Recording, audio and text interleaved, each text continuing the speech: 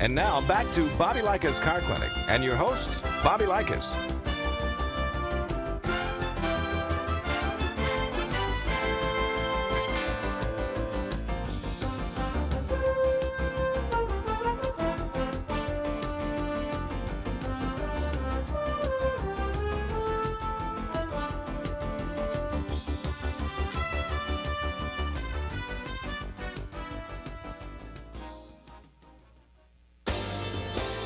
You're listening to Bobby Likis Car Clinic.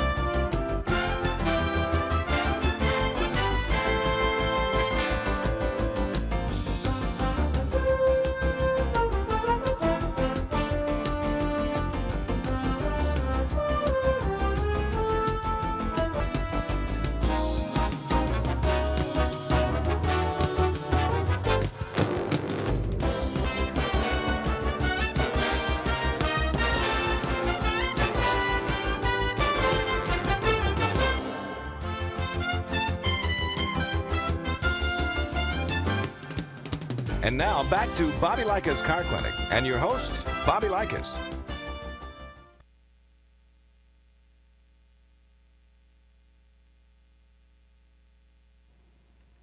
Good morning, Car Clinic affiliates. Your Car Clinic minutes for the week of April 11th, 2016 are about to head your way, so be sure to press the record button.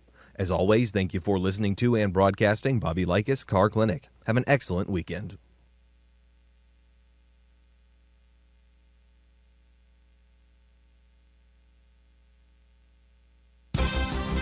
Hi, I'm Bobby Likis with today's Car Clinic Minute. Doing things the old-fashioned way may be great for churning ice cream, but not for churning up the racetrack. When we come back, we'll crank up the power. I'm Bobby Likis, calling all technicians with 20 facts about ethanol. Per a study by Ricardo Engines, the vast majority of the vehicles sold through 2025 in the U.S. will use internal combustion engines, which will require technology assists like turbo boosters and high-octane fuels like ethanol to meet the 54.5 mpg CAFE mandate. I'm Bobby Likis, calling all technicians with 20 facts about ethanol. Drive to ethanolrfa.org. Churning ice cream may be a treat, but steering the old-fashioned way on the racetrack is no fun in the sun. Before Jeffrey Bodine engineered power steering on race cars in 1987, all that horsepower had to be guided by sheer muscle power. And cars on the oval track weren't the only thing that suffered wear and tear. Just ask the drivers. In the Daytona 500, drivers raced 4 hours in 120 degrees, losing up to 10 pounds of body weight. Power steering reduces driver fatigue and conserves the energy necessary to charge the finish line and enjoy a good old-fashioned victory lap. I'm Bobby Likis. Like us, you'll love us.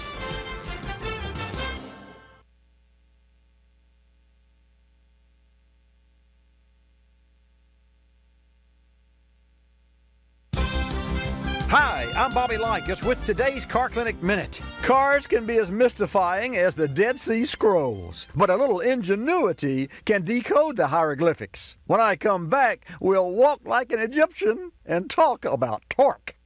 I'm Bobby Likis, calling all technicians with 20 facts about ethanol. Myth is that ethanol production dramatically increases food prices. Fact is that experts from the USDA, World Bank, academia, and independent consultants all note that a complex range of factors influence food prices, including supply chain costs, weather, and oil prices. I'm Bobby Likis with 20 facts about ethanol, brought to you by the Renewable Fuels Association.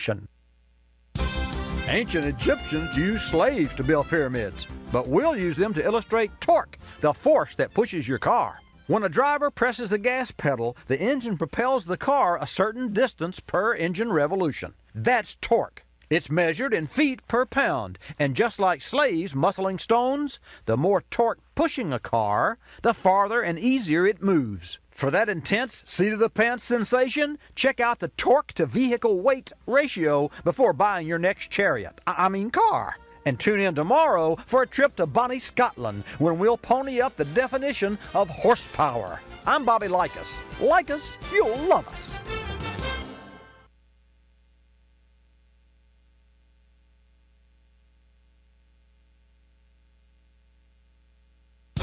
Hi, I'm Bobby Likis with today's Car Clinic Minute. I don't need a seance to know technology's making cars safer, but when we come back, I'll tell you how ESP keeps me informed.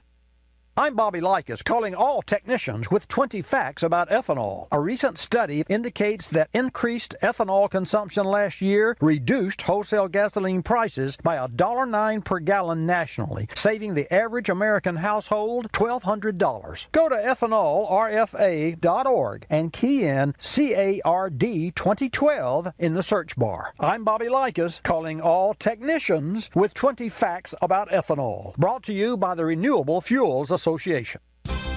ESP's no sixth sense. It's the latest in automotive safety. ESP stands for Electronic Stability Program, used by Mercedes-Benz. Brand names vary, but this stability control system is designed to detect drivers' loss of control, whether they slide, oversteer, understeer, skid, or swerve. When sensors detect instability, the program selectively applies one or more brakes to stabilize the vehicle, allowing the driver to regain control and stay on the road, which, according to my crystal ball, is a good thing. So, can we really have ESP? Maybe not, but we can all be ESP, extra special people. I'm Bobby Likis. Like us, you'll love us.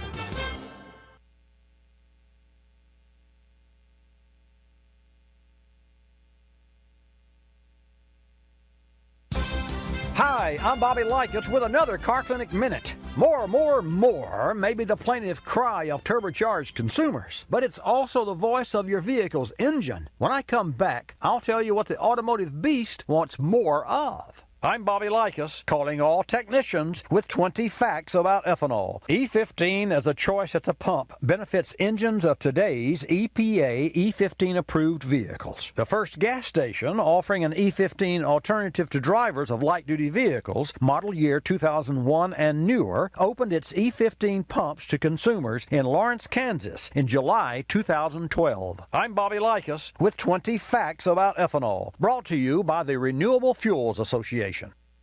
Like consumers burn products and services and beg for more, so do vehicle engines burn gas and air and beg for more. And just like credit limits restrict buying power, so do limitations on number and size of cylinders reduce automotive power. Okay, so how do hungry engines get their power fix? Turbochargers. Here's how one works. Trapped exhaust air spins a turbine, which then turns an air pump, which compresses air. This squeezed air takes up less room, so more can be shoved into an engine's cylinders. When more air meets gas, kapow! More energy or horsepower is created. Thankfully, aftermarket turbochargers are readily available to feed the consumer beast. I'm Bobby Likis. Like us, you'll love us.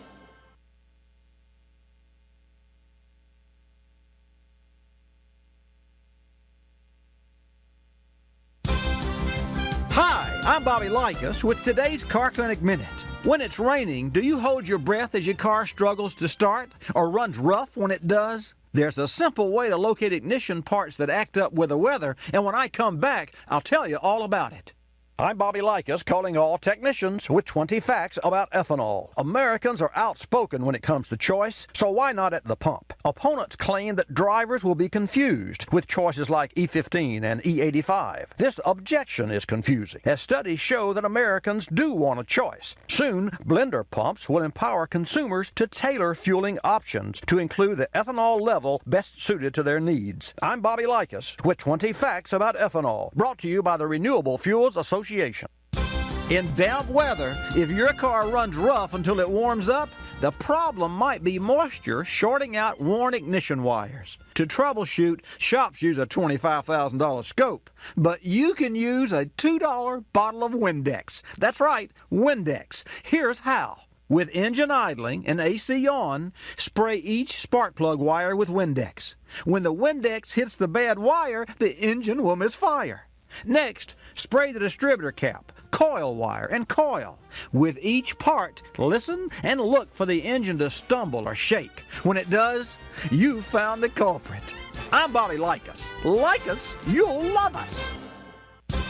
Hi, I'm Bobby Likis with today's Car Clinic Minute. Igpe Attenlay is a dialect designed to confuse.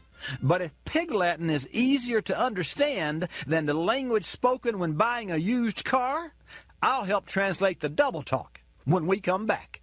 I'm Bobby Likis, calling all technicians with 20 facts about ethanol. Common myth, ethanol ruins engines. Fact is quite the opposite. Virtually every engine maker provides warranty coverage for E10 ethanol blends. Yes, since ethanol's intro as a fuel source in the late 70s, auto manufacturers have continuously upgraded fuel system components so that today they are all compatible with ethanol fuels. I'm Bobby Likis, calling all technicians with 20 facts about ethanol. Drive to ethanolrfa.org. Need a quick course in Greek to buy a used car? Don't be confused, because I'm going to translate for you. Program vehicles are those that were allotted by car manufacturers to their executives. Off-lease vehicles are offered for sale by dealers at the expiration of a lease. And pre-owned or used vehicles are simply those that are traded in. One more translation? Here's how you say good deal. Pre-purchase inspection. Have your technician give your prospective vehicle a thorough check before you sign on the dotted line. I'm Bobby Likis. Like us, you'll love us.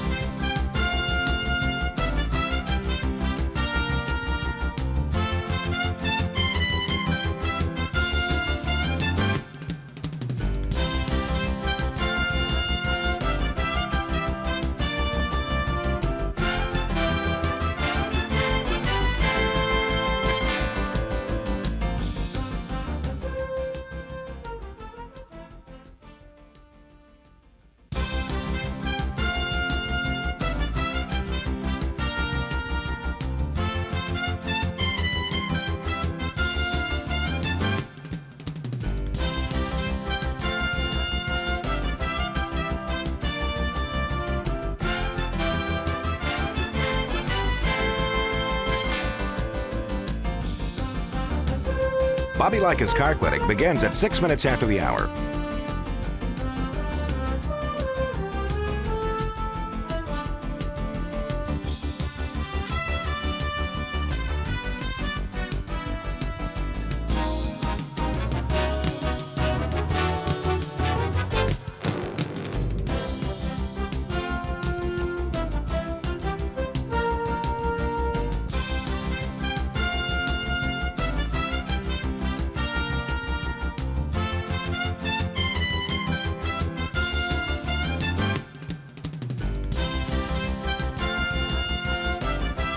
Bobby Likis Car Clinic begins at 6 minutes after the hour.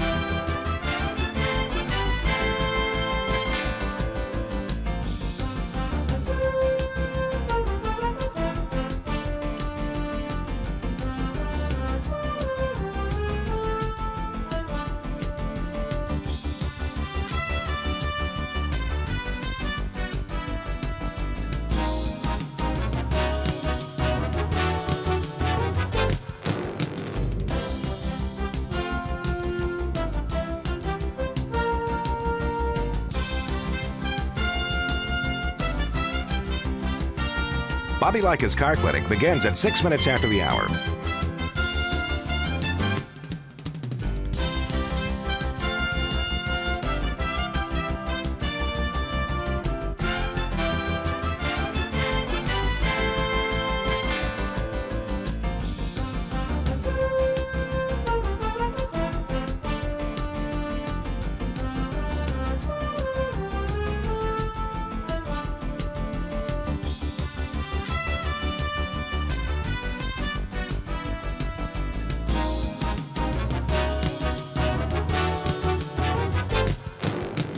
Bobby Likis Car Clinic begins at 6 minutes after the hour.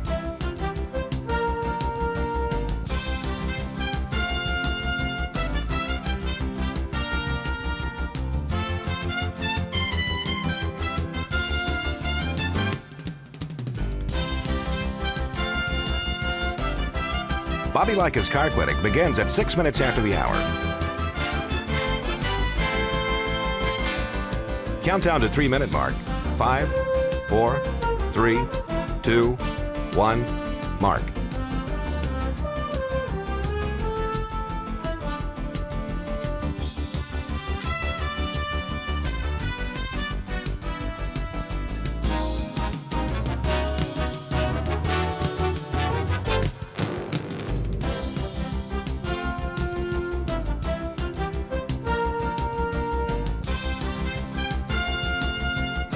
Bobby Likis Car Clinic begins at 6 minutes after the hour.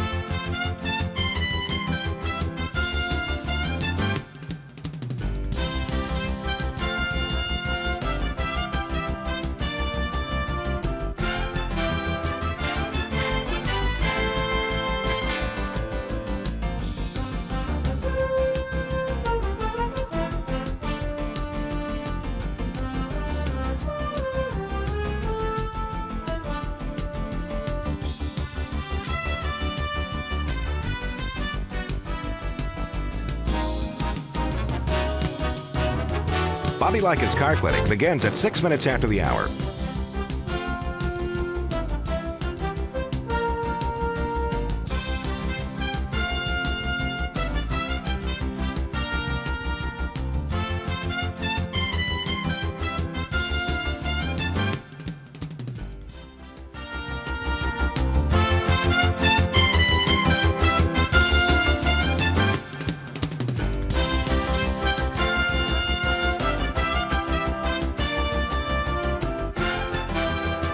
Welcome to Bobby Likis Car Clinic, live via ABC Radio Satellite Services.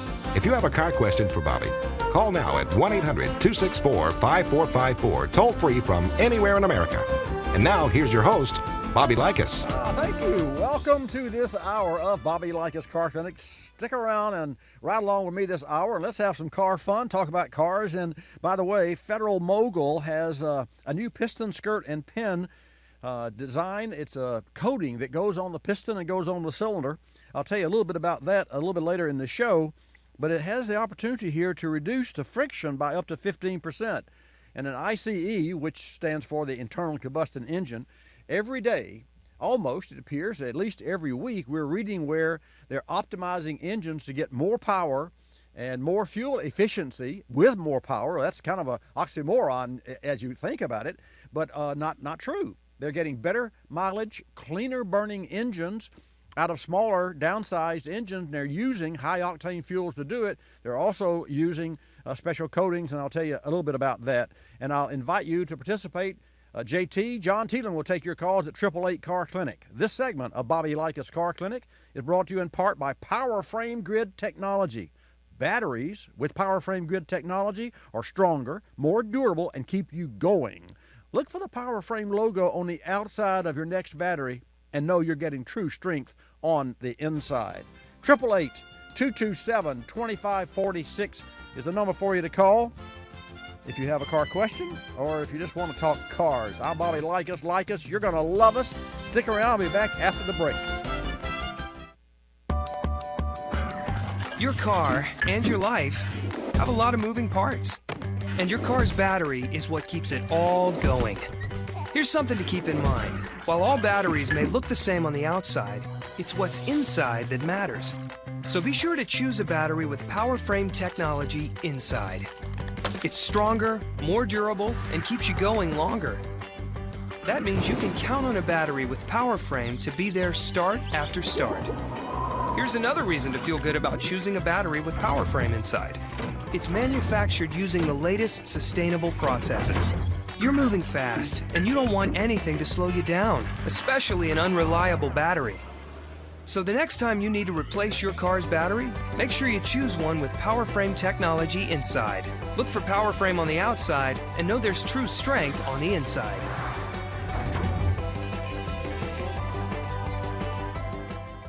I'm Bobby Likis, calling all technicians with 20 facts about ethanol. Availability of E15 as a choice at the pump not only serves the American consumer and American economy, but also benefits the engines of today's EPA E15 approved vehicles as an oxygenant, octane booster, and delivery mechanism of a higher density fuel charge, which allows more torque. After 6 million miles of testing by the Department of Energy, the EPA approved in January 2011 E15 for light-duty vehicles. That's cars, trucks, and SUVs, model year 2001 and later. The first gas station offering drivers an E15 alternative and at $1.15 per gallon opened its pumps to consumers in Lawrence, Kansas in July 2012. I'm Bobby Likis, calling all technicians with 20 facts about ethanol. Brought to you by the Renewable Fuels Association. Drive to ethanol, RFA. You're listening to Bobby Likis Car Clinic. Like Shakespeare, we ask the question, what's in a name? Ours is pretty blah. We're Geico, not to be confused with Gecko, a small tree lizard. And no, Geico doesn't have a sister company named Girlco. So, in the absence of a perfect name, focus group tested for hipness, we offer car insurance at a fair price. In 15 minutes, you could save 15%. Call 1-800-947-AUTO, 1-800-947-AUTO. Our name may not be cool, but saving money always is. Geico Direct, the sensible alternative. Another lending success story from LendingTree.com. I tend to put things off. For example, I put off getting a home equity line of credit for a while. Then one day, when I should have been doing my laundry, I went to LendingTree.com. I filled out one simple form and got 4 offers back within hours. Then I chose the line of credit that was right for me. Who knows? I may even get around to using it someday. When banks compete, you win at LendingTree.com. Equal housing opportunity. For additional information and state license disclosures, please visit our website located at LendingTree.com.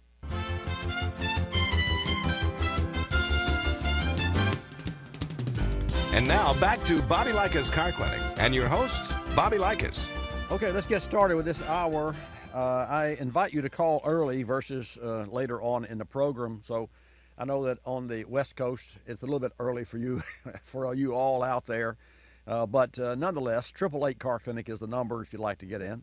JT, John Thielen. Good morning, Johnny. John Thielen will take your call at 888-227-2546. Put you in the queue, and I will put you on the air. We're going to go to Detroit in just a minute and talk with our Car Clinic reporter, Jim, with some interesting updates on the ingenuity of the industry. The ingenuity of the industry, the industry-nuity.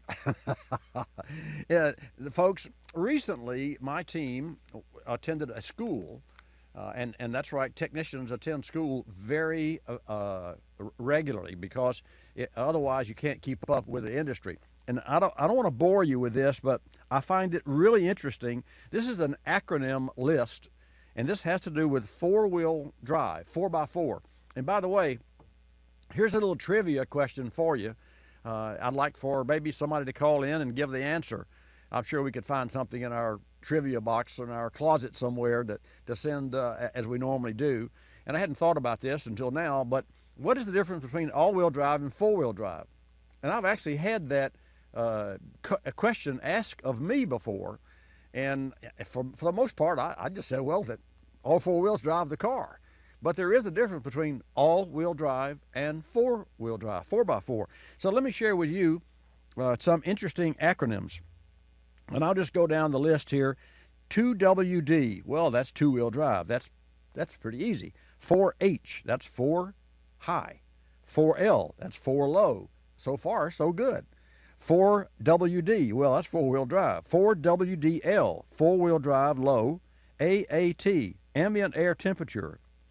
ABS, we know what that is, anti-lock brakes, okay, that's fine.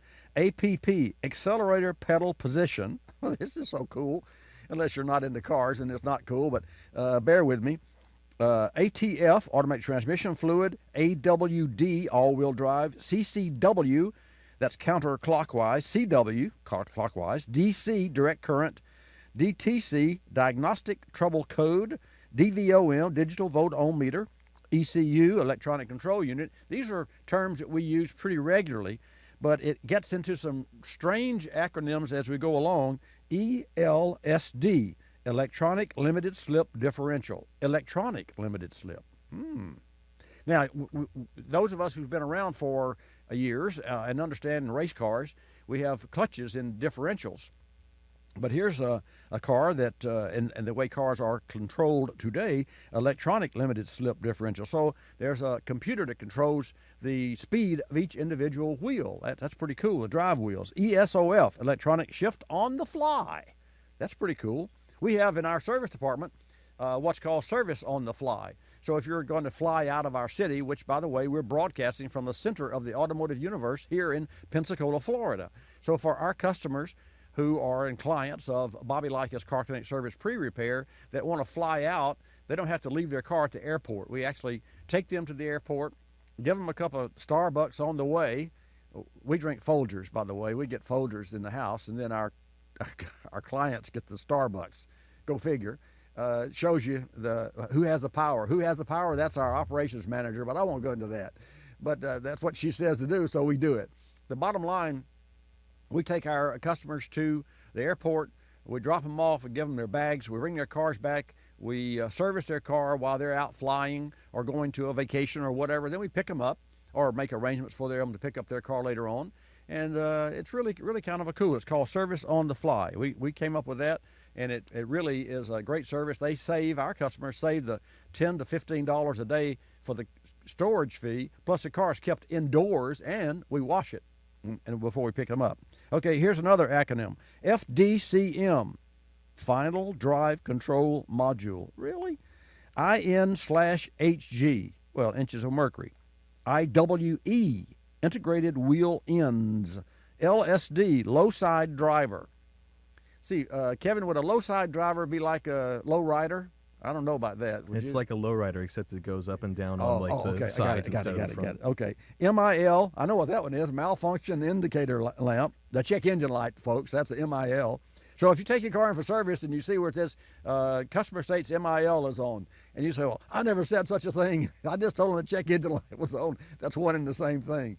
The industry has changed so rapidly, and I say rapidly, here I am, 45 years in the automotive service industry, 25 years on the broadcast industry, and yes, it has changed a lot. We come to you today through and via, of course, our good friend Angel at the TOC at Westwood One in New York, and that's how we are delivered through Westwood One Satellite Services, ABC Satellite Services originally, then it was sold to Cumulus and Infinity, and now it's Westwood One, but the common denominator is Angel, and he is that, just that. He's a fantastic individual, and I hope are you listening, Angel? Because he's got about 15 or 20 broadcasters in one ear, probably on 15 different phones, wouldn't you say, Kevin? If not more. If not more? Yeah. I don't know how he does what he does. He fixes things over the phone. Well, did you push this button down? Anyway, I'll move on here. MIL, malfunction indicator light. MPH, I got this one, miles per hour. MSOF, manual shift on the fly. MSS, mode selection switch. MV, millivolts. NV, no, not Nevada. And Captain Jim, if you're listening, NV stands for New Venture. NVG, New Venture Gear. How cool is that? PID, Parameter Identification. PVH, Pulse Vacuum Hub, and I've only got a few more, folks. PWM, Pulse Width Modulation. RPM, oh, well, we got that one. RPM, revolutions per minute. SOF, Shift on the Fly. TCCM, Transfer Case Control Module. TSB, Technical Service Bulletin, and V, Volts. So there you have it. So that is an acronym list for 4x4 controls on 4x4 drives or all-wheel drives. And so what is the difference between a 4x4 and all-wheel? I'll leave it up to our audience, and you figure that out. And when you figure that out, you call me, and I'll tell you whether you're right or wrong. And yes, the answer is not all-wheels drive, although certainly that's an accurate statement, but that's not the specific technical difference between 4x4 and all-wheel drive. Lots of all-wheel drive in Washington, and of course the climates where we have snow. And I understand it's beautiful. It's going to be 70 degrees plus here today, but I understand that in the northern states we actually have some snow there. I don't know if Angel mentioned snow this morning or not. Didn't? Okay, fair enough. 888-227-2546 is the number to call. Let me share this piston skirt coating, and then we're going to go to Jim in Detroit and get his report for the day. But here's something that's interesting in as much as when you think that you've heard everything about the ICE, the internal combustion engine, and you have direct injection now, and here's the biggest problem. The piston skirt and pin account for about 17% of the frictional loss in a combustion engine, as they are the most difficult to keep lubricated, and they have the largest contact surfaces. And this information comes to us courtesy of Federal Mogul.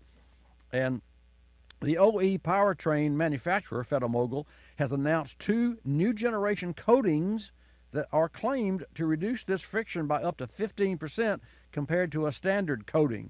And yes, manufacturers already use coatings, but the engineers at Federal Mogul have attempted to overcome, and all the engineers, the frictional losses at the skirt and pin by optimizing the geometry of the piston's clearances, and even more recently by utilizing advanced coatings on the cylinder wall and the piston skirt.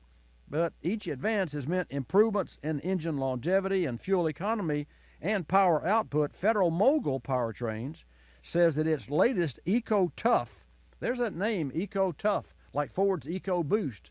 So Eco-Tough and EcoBoost is the oxymoron, if you would, I spoke of earlier, with more horsepower and more MPG. That's no longer, so if you're thinking in that direction, folks, you may have to change your way of thinking here. Okay, back to Federal Mogul. The Federal Mogul Powertrain folks say that its latest Eco-Tough coatings for gasoline and diesel engines take this a step further, reducing the skirt wear in a gasoline engine by up to 40% compared to today's market standard. That's pretty cool. And by the way, the coating is a metal oxide reinforced rosin with embedded solid lubricant particles. It's applied in the thickness of 15 microns to the piston skirt surface and delivers up to 15% reduction compared to a standard coating in friction. That's pretty cool. Federal Mogul says which direct improves, of course, base engine efficiency. And they're still validating and testing. That's near completion. We'll hear about that. One more point about the Federal Mogul discovery here, or the engineering feat. The diesel variant of the coating, called Eco-Tough D, was developed for both aluminum and steel diesel pistons and can be used in both passenger vehicles and heavy commercial vehicles. And because of the structural rigidity of diesel engines and diesel's fuel higher lubricity, this formulation should deliver even greater percent, like up to 35% compared to conventional coatings. So hats off to Federal Mogul. It is obvious the ICE continues to be the world's primary source of power.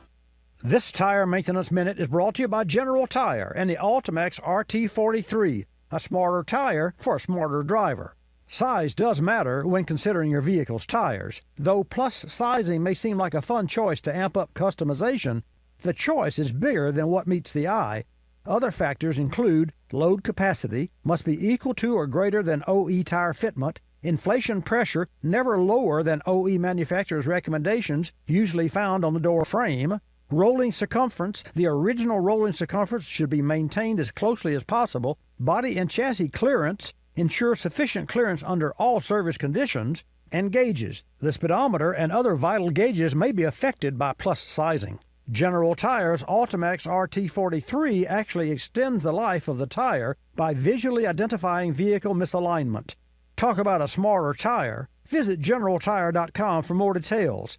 That's GeneralTire.com. I'm Bobby Likis, calling all technicians with 20 facts about ethanol. Availability of E15 as a choice at the pump not only serves the American consumer and American economy, but also benefits the engines of today's EPA E15 approved vehicles as an oxygenant, octane booster, and delivery mechanism of a higher density fuel charge, which allows more torque. After 6 million miles of testing by the Department of Energy, the EPA approved in January 2011 E15 for light-duty vehicles. That's cars, trucks, and SUVs, model year 2001 and later. The first gas station offering drivers an E15 alternative, and at $1.15 per gallon, opened its pumps to consumers in Lawrence, Kansas in July 2012. I'm Bobby Likis, calling all technicians with 20 facts about ethanol. Brought to you by the Renewable Fuels Association. Drive to ethanol, RFA.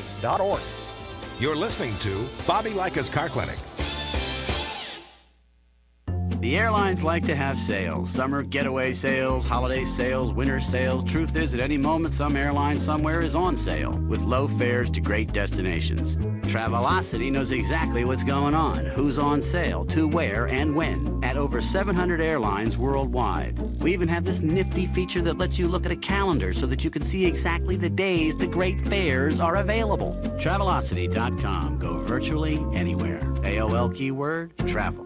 Hun, guess my temperature. It's 2 a.m. Go to sleep. Come on, one guess. I'm 98. Higher. Higher at 99. You're getting warmer. Wait, I'm getting warmer. Cold symptoms keeping you from getting a good night's sleep? Get NyQuil. The nighttime sniffling, sneezing, coughing, aching, stuffy head, fever so you can sleep better to feel better medicine. Use as directed. One more guess. 100? Yes. Tell her what she's won, Bob.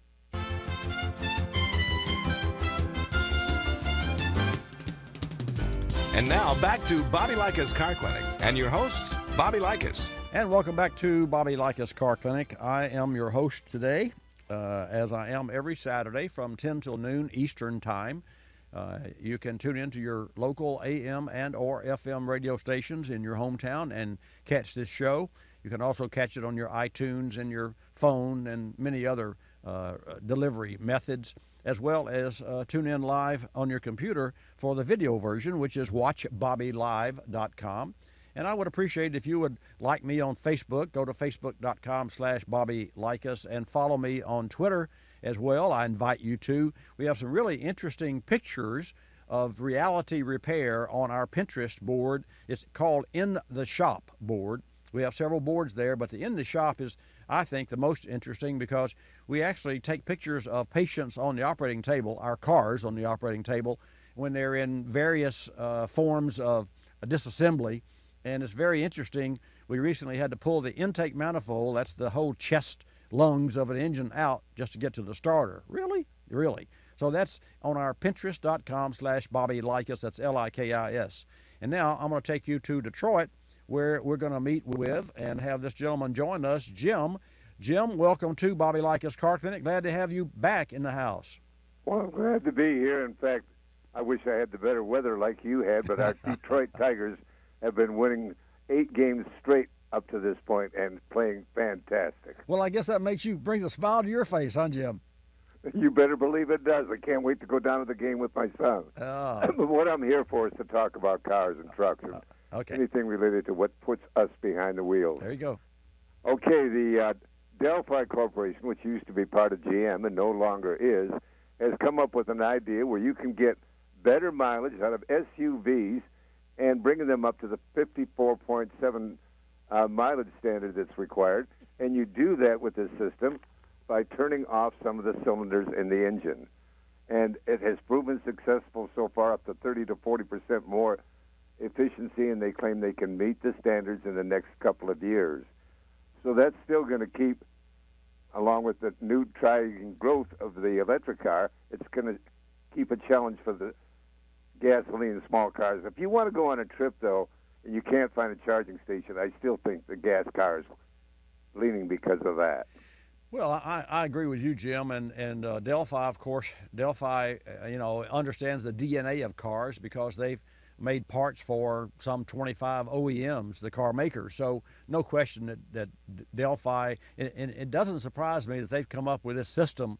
Now, help me to understand, we already have deactivated cylinders, but is this one, it obviously is different. It uses a different setup to deactivate cylinders, as I understand it.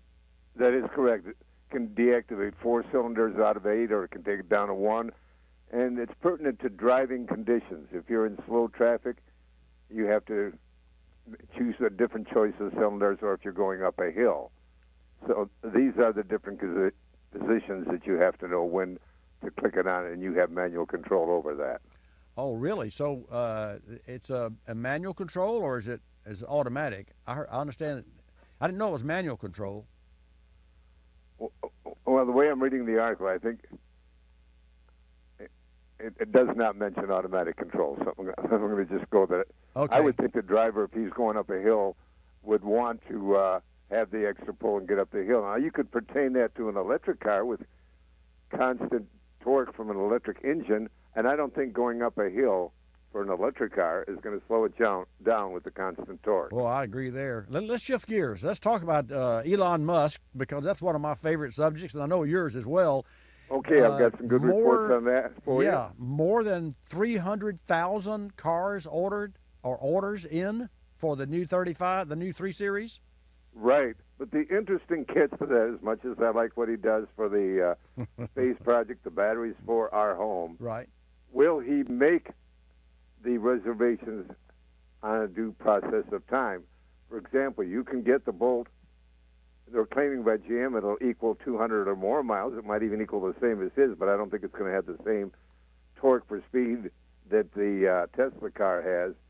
But getting the car immediately, and the fact that he's going to delay the SUVs that are electric cars, which he was pushing just a couple of months ago, to get those on the line, and to shuffle it and delay it, that is where he's known for always not needing production that he claims he will. Yeah.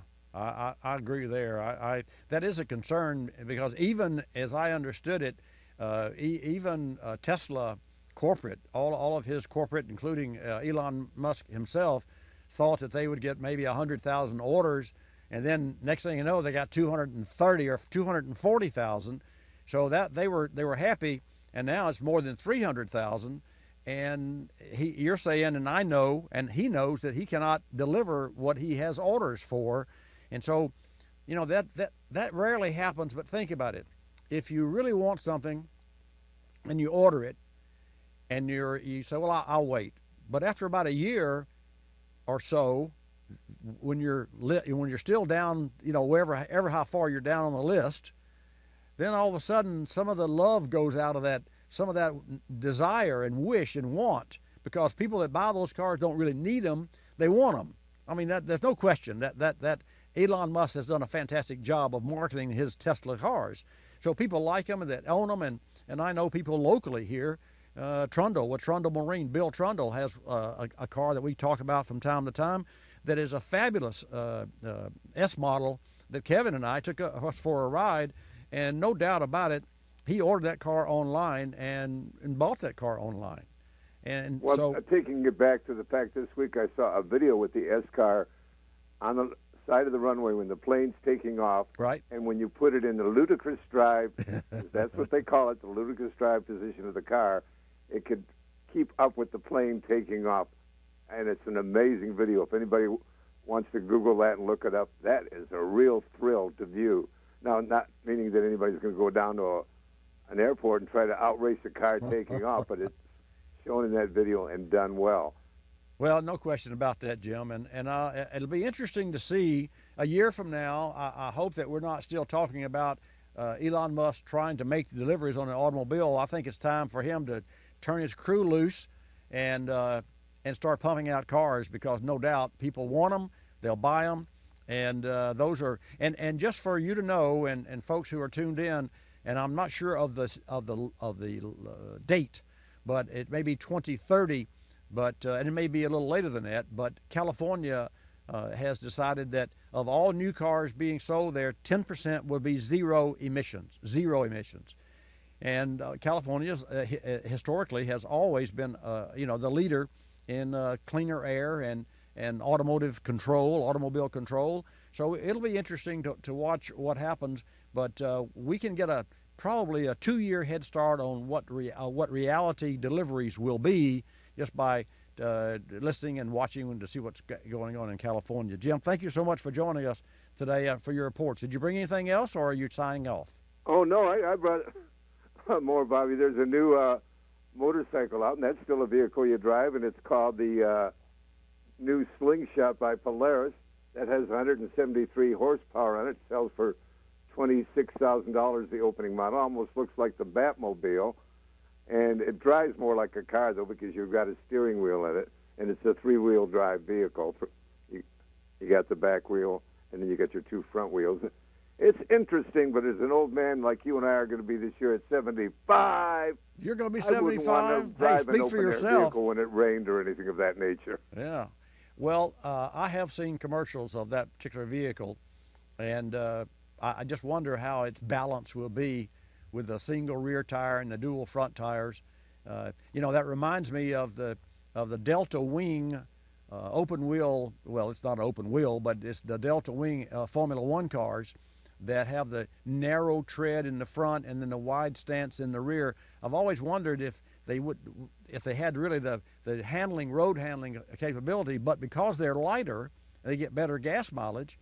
Then they certainly have come a long way. And I know that Nissan, as I understand it, Nissan went in and copied some of the patterns and that car altogether, and there's some lawsuits there, but that's not for this show. But I think it'll be interesting to see what happened or what has happened. Jim, I thank you so much for joining us today. As always, have a great week and take care of that cold weather up there in Detroit, and keep the baseball team going. All right, Bobby, good to talk to you. We'll be back again next week. Thank you, sir. There you go, folks. 888 Car Clinic, 888-227-2546. I'm going to dip into the Car Clinic mailbox today, just for you to know, and with a question about batteries. Your vehicle's battery is really an important thing to know about now before summer rolls around, because heat severely shortens battery life. So here's the question from Ben, who's heard me talk about power frame grid technology but couldn't really recall the details. Ben writes, Bobby, why is the positive grid in batteries important? Well, Ben, that is a great question. The positive grid is what provides energy to start the car. And the most common failure of automobile batteries is corrosion of the positive grid. The positive grid corrosion will occur over time, especially in a high heat environment, as a result of the charge-discharge cycles a battery experiences. And what's really neat about and solid about the power frame grid is the power frame grid technology. With the power frame grid, corrosion will occur true over time, but especially in high heat environments on this positive grid. But the power frame grid technology is structurally strong, and its robust design minimizes the corrosion and likely premature failure. So when you get a chance, drive over to powerframe.com and check out Compare Grids. It's on their page there. I've done this personally. You'll see side-by-side comparisons of the power frame grid with both book mold and expanded metal grits, all at 0 miles, 18,000 miles, and 31,000 miles. And you'll see for yourself why power frame grid technology should be in your next battery. Check it out. That's powerframe.com. I got to tell you, we put a power frame in our little smart car, and we did not wait until the battery failed. The car is a 2008. It was 7 years old, and so I decided one day that we're going to replace the battery. We ordered a power frame grid technology battery and put it in there, and we tested the old battery just for grins because, like I said, it had not failed, never given any problems, except that from time to time the driver would leave the ignition switch on and the lights would be on. And then we'd come to work, and sure enough, the light would be on, and I'd turn the key off. Well, the bottom line, the battery that we pulled out that had never given any failures checked bad. So that I was ahead of the curve there, but 7 years is really pushing it on a battery. I'll take your calls when I get back from this break. The break is coming up, 888-227-2546. Let me hear from you. I'm Bobby Likis. Stay tuned. Here's an email from a car clinic listener. David writes, "What's the amber light on my dash? It looks like a cork pointing at an angle to a picture on the side of the car. This light has been on and off for about a year now, and I think it's time I check it out."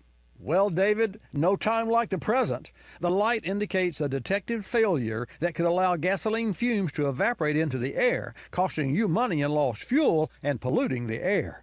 Most common failure that trips the light? A small evap leak, or in other words, loose fuel cap.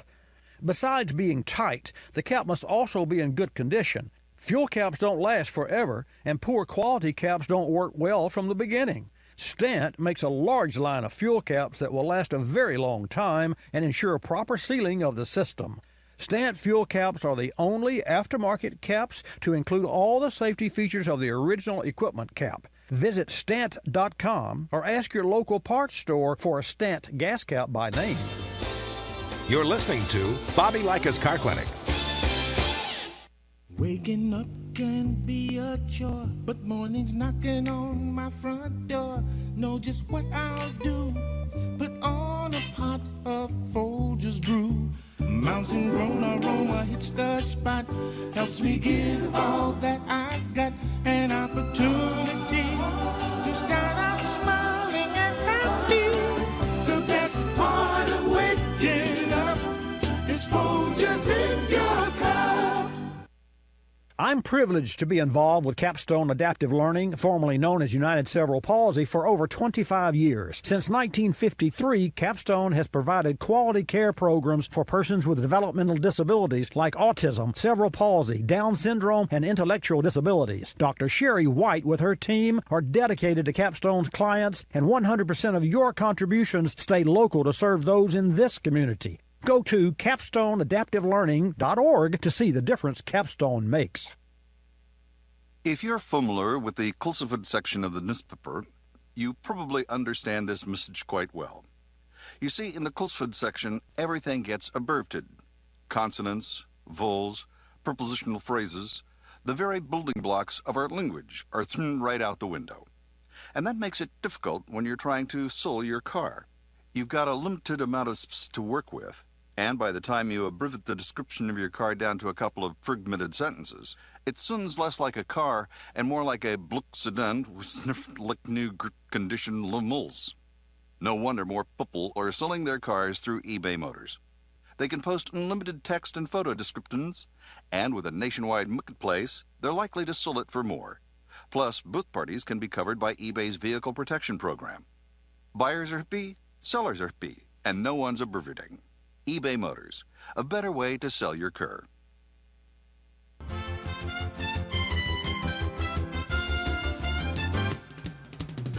And now back to Bobby Likis Car Clinic and your host, Bobby Likis. And welcome back to this segment of Bobby Likis Car Clinic. Earlier today, I talked about, and I may have bored you to death with this acronym list of two-wheel, four-wheel drive, but it's very interesting. One of the first items to check when you're checking a four-wheel drive system, and these are for technicians that are tuned in as well, when you're diagnosing an issue with a four-wheel or all-wheel drive system, is tire size. And you got to confirm that all tires are the same brand, the size and circumference. And even though the tire sizes match, it really doesn't mean that they all have the same rolling circumference. A mismatched tire size will cause rapid wear of the interaxle differentials in the transfer case, the viscous couplings, the U-joint binding, and differential spider gear wear. So you just want to make sure, folks, when you buy tires, and this is something that you can do, and you get all the same size tires, but in the racing world, it's called rollout. And rollout is where you have two tires the same size, and you have maybe a pound or 2 psi of pressure more in one than the other. That tire that has more pressure will roll out farther than the tire with lower pressure because it covers more ground, because it's bigger.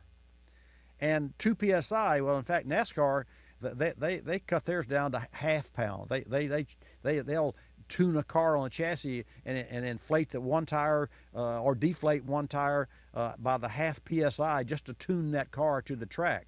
So that's really important. And just think about it.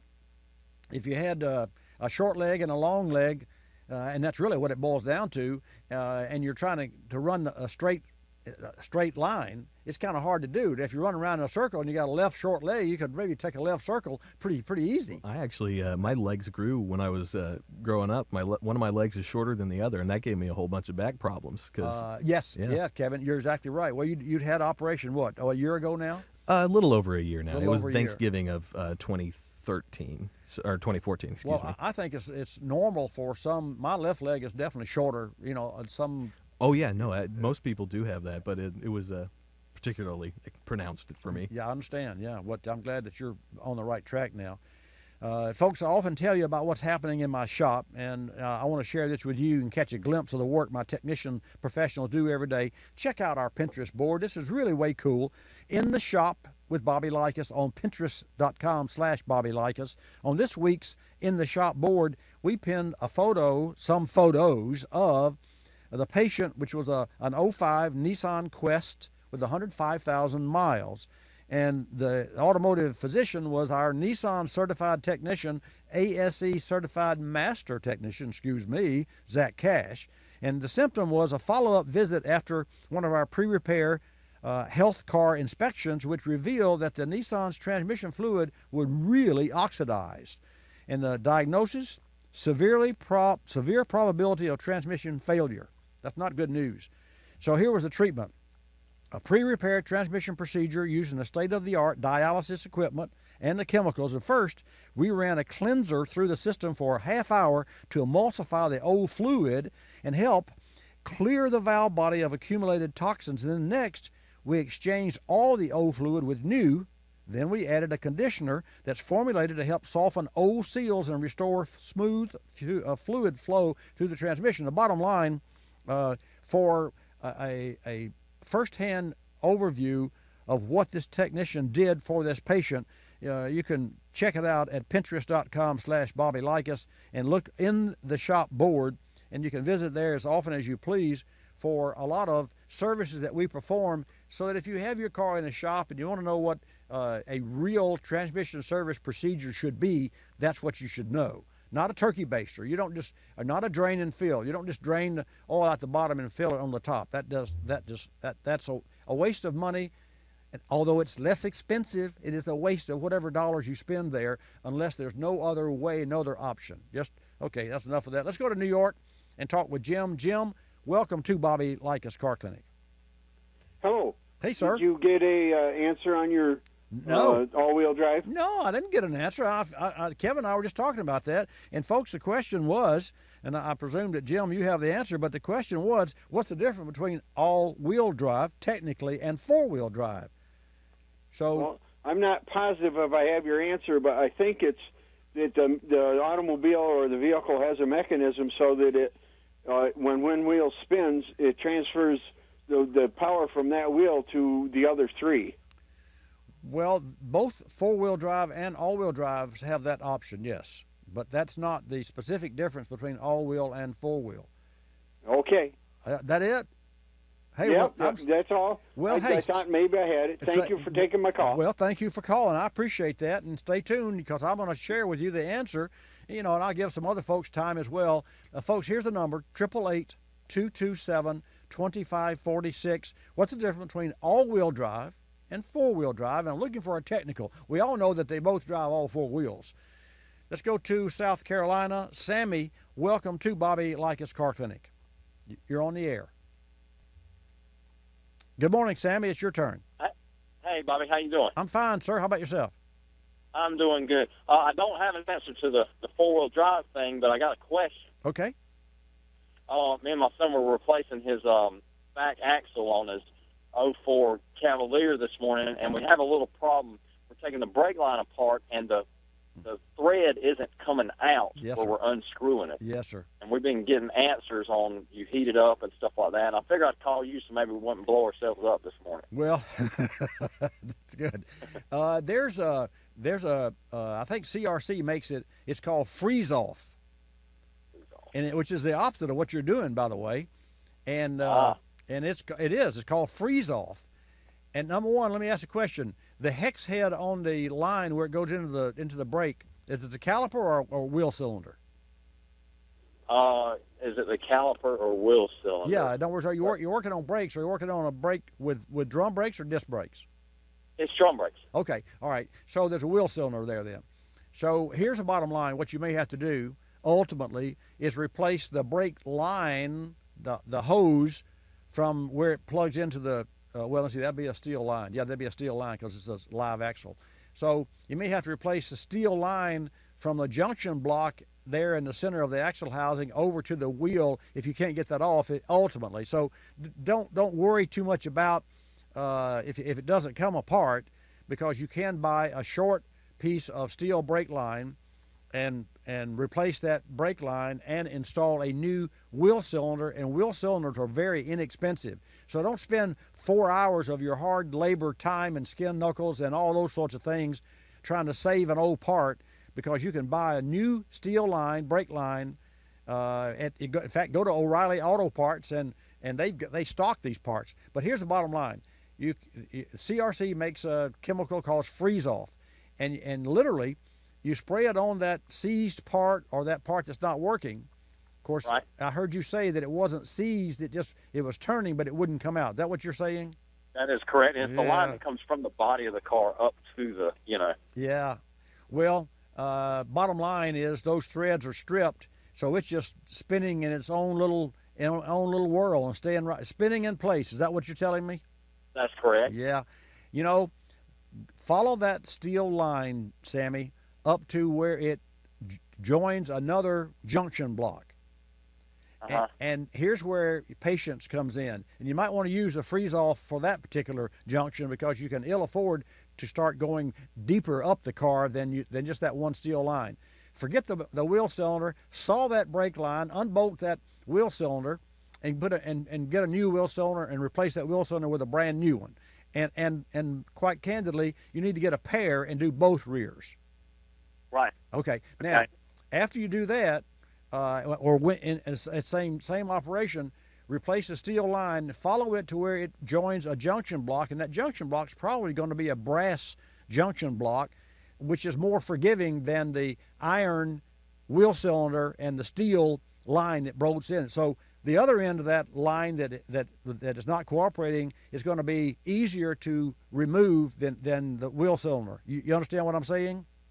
Yes, sir. Okay. All right. Well, that's my advice. That's what I would do, and I don't see where you got much option. You got to saw that steel line off, take that wheel cylinder, throw it away, put a new one on, get a new one for both sides, and replace that steel line. Make sure that, and you can buy one of those little steel line bending tools, a mandrel bending tool. They're very inexpensive, and don't bend that steel line with your hand. There's a tool that you use that bends it correctly. And wherever you take the old line off, and then you form the new line, and if the new line is too long, if it's too short, it won't work. If it's too long, you may have to add a loop in it, to put a circle in it. Make sure that if you do, you put that up in the body where there's plenty of room so that nothing moves around. Because remember, the axle housing is going to move up and down, up and down. Right, yeah, okay. Definitely. All right, my friend. Good luck. Glad you called me. Then take care. Don't blow yourself up. Okay, we'll do that. All right, buddy. Thank you. Let's go back to New York and talk with Bob. Bob, welcome to Bobby Likis Car Clinic. Bob, you're on the air. Well, I think you are. No, I'm on. Hello. Okay. I caught you there, didn't I? Well, I pushed the mute button there by mistake. Oh, okay. That's all right. Well. Okay. Two things. Has anybody answered the question yet? No, sir. On the drive? No, nobody. Nobody. Okay, well, let me take a shot at it then. Okay, go ahead. Okay, a four-wheel drive has essentially mirror image drive front and rear. They have a differential on the front, a differential on the back, and there's a transfer case. Right. So when you shift into a four-wheel drive, you will engage the front, so that you'll have equal power of each. Whereas the all-wheel drive will have generally a viscous coupling, and they don't always transfer this, equal power to all the wheels. But using a sensor where one spins more than the other, it will shift. Now you got it. There, you said the magic word. You were all around the board there, but then when you mentioned the different speed, turns different speed, therein lies the main difference between all-wheel and 4x4. So I was waiting for you. I said, what's he going to say that? He's going to say that. And you did. That's exactly correct. The fact is that the all-wheel drive, the drive shafts can turn different speeds. The front and rear shaft can turn different speeds, because if you think about it, and so many times in a four-wheel drive, if you turn around in a circle, you got that the vehicle jumps and hops and does all kinds of crazy things. But in an all-wheel drive, it does not, because indeed the shorter circle, those axles that drive the shorter circle turn slower speed than the outer axle that turns a faster circle. So you are correct, sir. And whatever you do, don't hang up. So Bob, where do you live in New York, sir? Binghamton, New York. But I also have a question that's very important why I was calling you today. Sure. Okay. I have one of my cars, many cars. I have a 2012 Suzuki Grand Vitara. Okay. Automatic transmission. The dipstick says 3309. The manual lists that only use Suzuki 3317 or Mobile 3309 transmission fluid, which is a mineral-based fluid. And it warns against damage to the transmission using anything else. I've called the dealer. They said it's discontinued. They can't get me a fluid for it. Right. And they said the last they had was like $30 a quart, and they didn't know what to do. Well, there are companies that make aftermarket fluids, and Mobile One is one. There's another company that at this company is called BG, and the BG, we have our team. It's a good question that you pose here, because without exception, every time we service an automatic transmission, and I was speaking this actually earlier, that's our patient of the day for our Pinterest board, where we were doing a transmission dialysis system. We have to always look at our fluid choices to make sure that they are compatible with the factory. And to that end, as I remember the other day, we had a Mercedes in here, Jim, Bob, that the Mercedes from 07 and forward had to have a specific fluid, and we had to actually buy that fluid from the dealer, because the fluid. That's what I'm running. I'm with you. I can't find. Here's what I'll do, so that I can make sure that I've given you the correct information. I'm gonna two things here. I'm gonna put you back on hold, and I want you to make sure that John gets your name and your number and your address, because I'm gonna send you a prize pack for answering the all-wheel drive question. That's number one. And number two, make sure that John gets your email address, and I'm going to, on Monday, I will research this, and I will reach out to you and give you an option, because well, not because it has to be, but there should be some option of some fluid that you could buy that will meet and or exceed manufacturer specifications without having to pay $30 a quart. But I got to tell you, with the Mercedes, we had to use the dealer OEM fluid in this particular automobile, and all the Mercedes that have this transmission. So you just sit tight, and Kevin's going to put you back on hold. And Bob, congratulations on winning the little trivia prize. And folks, I put that on the air today for my own education, because I was asked, I don't know, 6 months ago, at one point in time, somebody asked me, well, what's the difference between all-wheel drive and four-wheel drive? And, quite candidly, they all drive four wheels. But that's not the answer. The answer is that the driving shafts turn different speeds in an all-wheel drive car. And Bob from Binghamton, New York, won that trivia. Great hour. Thanks for calling. Another hour coming up. Bobby Likis Car Clinic. Likis, you'll love us.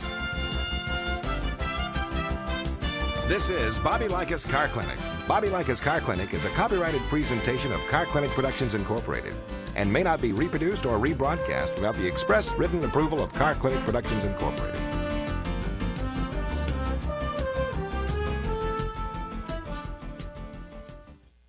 Today's new product spotlight is on Denso's Iridium TT spark plugs. Your vehicle's spark plugs deliver the electric current necessary to ignite the fuel that runs your engine. But not all spark plugs are the same. Denso is proud to introduce the Iridium TT spark plug. The Iridium TT's two tips, the twin tip, allow the spark plug to create the largest spark concentration and explosion for more power, superior fuel economy, and fewer emissions. And fewer emissions help protect our environment, while fewer visits to the pump save you money. Denso's Iridium TT spark plug is designed to last beyond 100,000 miles. The patented formula features the highest iridium concentration of any spark plug and outperforms in the most severe engine temperatures, resisting oxidation and voltage wear. Denso has the tradition of innovation. Using their OE expertise, Denso products are manufactured to give you the right part and the right fit the first time, every time. Learn more about Denso's Iridium TT spark plugs at densott.com.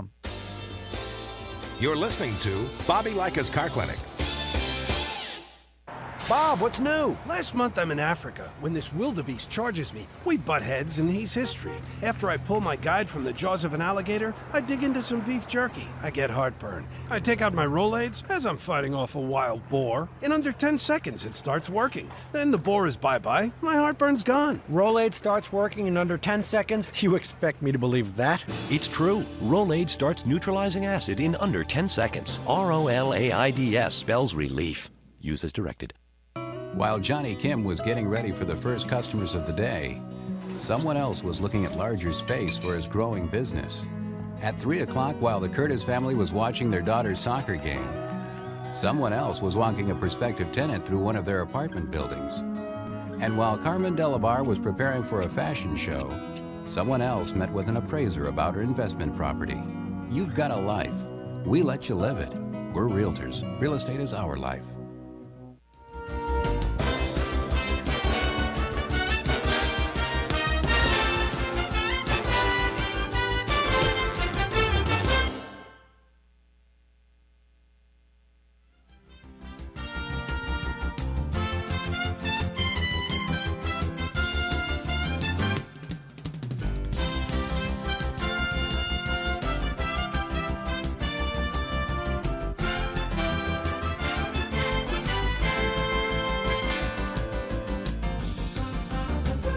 Bobby Likis Car Clinic begins at 6 minutes after the hour.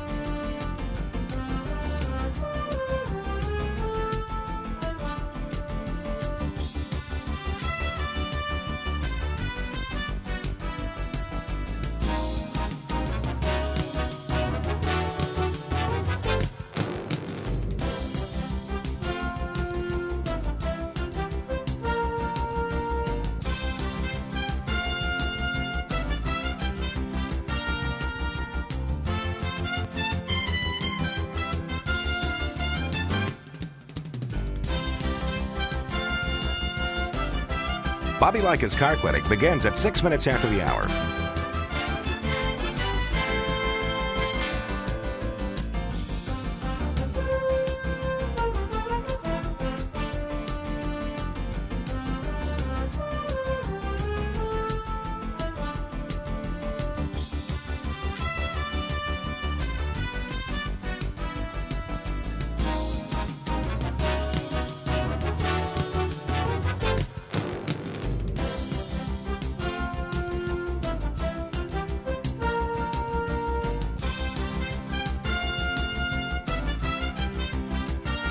Bobby Likis Car Clinic begins at 6 minutes after the hour.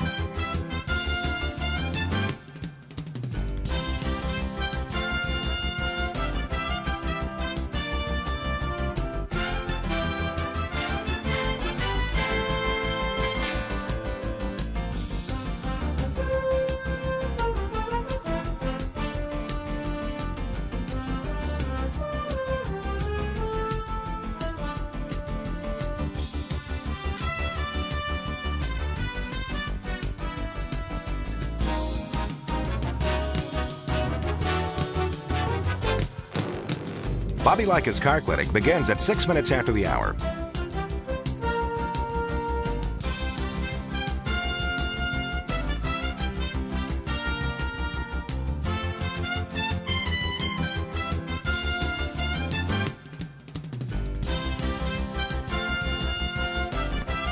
Bobby Likis Car Clinic begins at 6 minutes after the hour. Countdown to 3-minute mark. 5, 4, 3, 2, 1, mark.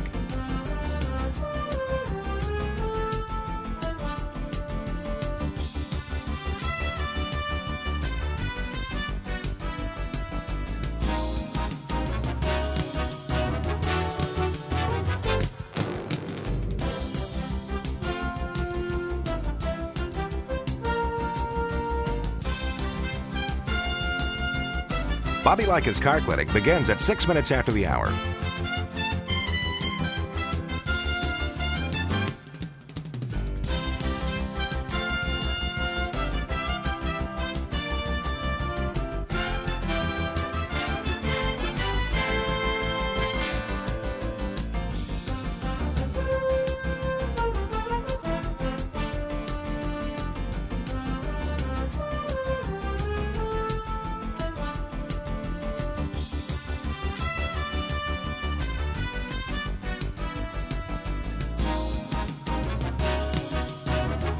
Bobby Likis Car Clinic begins at 6 minutes after the hour.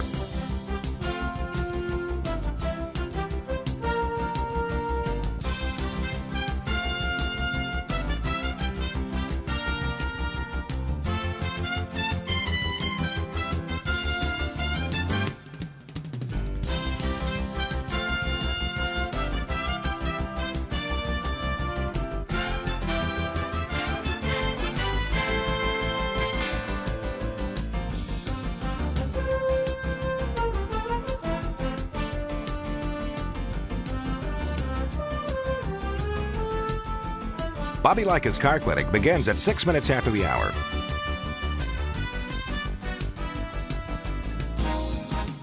Countdown to 1-minute mark. 5, 4, 3, 2, 1, mark.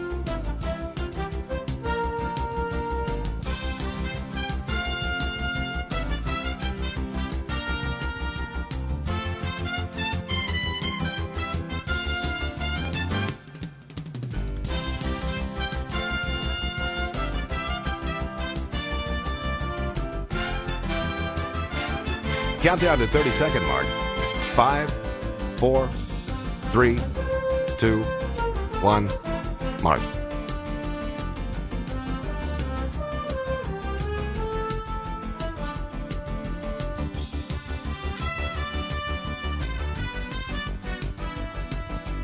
Countdown to 10-second mark. 5, 4, 3, 2, 1, mark.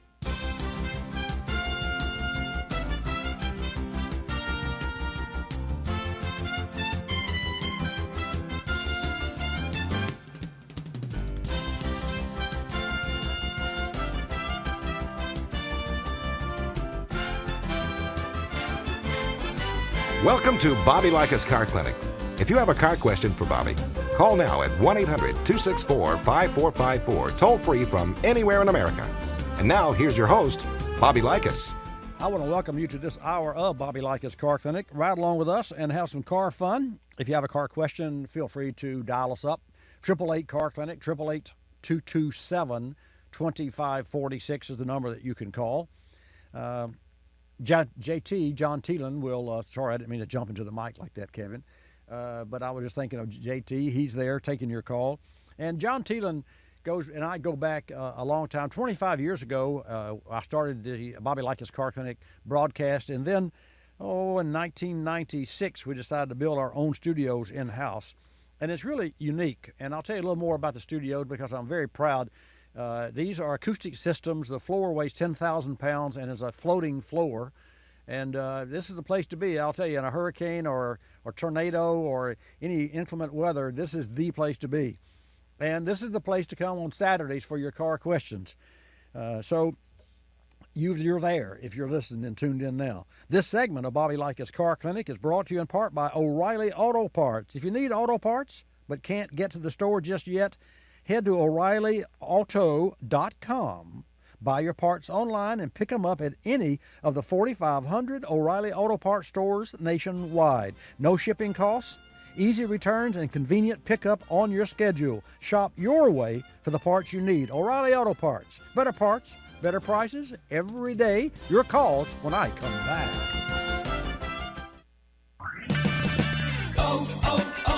O'Reilly. Need auto parts but can't get to a store right now? Head to O'ReillyAuto.com. Buy your parts online and pick them up at any of the 4,500 O'Reilly Auto Parts stores nationwide. No shipping costs, easy returns, and convenient pickup on your schedule. Shop your way at O'ReillyAuto.com. O'Reilly Auto Parts, better prices every day.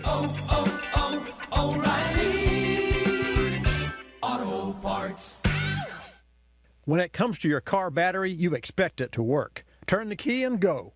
Thanks to PowerFrame Grid technology, you can count on your battery to be there start after start. Batteries with PowerFrame Grid technology provide superior cranking power with up to 70% better electrical flow than other grid designs. Look for the PowerFrame logo on the outside of your next battery. It means true strength on the inside. Visit PowerFrame.com to find a retailer near you. That's PowerFrame.com. Time to go to the Car Clinic inbox. Scott writes, Bobby, the engine in my Land Rover overheated, so I performed a radiator flow test and found poor circulation and a bunch of stop leak in the radiator, which I assumed the previous owner added. I decided to replace the engine, which I'm proud to say I did myself. But that engine ran too hot also, by about 20 degrees, so I installed a new thermostat. But even with the new parts, there was minimal change in temperature. After 2 more replacement thermostats, I went with your advice, used a Stant Superstat, and the problem was immediately fixed. I noticed that the Superstat was much closer to the design of the original part and that the Superstat was heavier than the cheaper ones I purchased. I really could feel and see the difference. Thank you, Scott. Stant Superstat is our choice and the choice of professional installers everywhere. Visit Stant.com for all the advantages of the Stant Superstat. That's Stant.com. You're listening to Bobby Likis Car Clinic.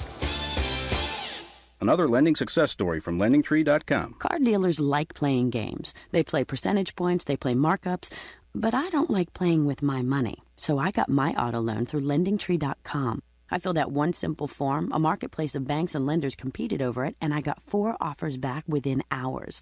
After all, the car buying game is a lot easier to win when you're holding all the cards. LendingTree.com. When banks compete, you win. For additional information and state license disclosures, please visit our website located at LendingTree.com. Hospice isn't a place, it's a face. And Regency Hospice delivers more faces to you and your loved one when life matters most. Faces of nurses, nursing assistants, social workers, and chaplains. Regency's skilled, compassionate professionals deliver comfort and individualized care. When that time of life comes to you, Regency Hospice will be there for you. Go to RegencyHospice.com for more, including Hospice for Heroes Veterans Recognition Program.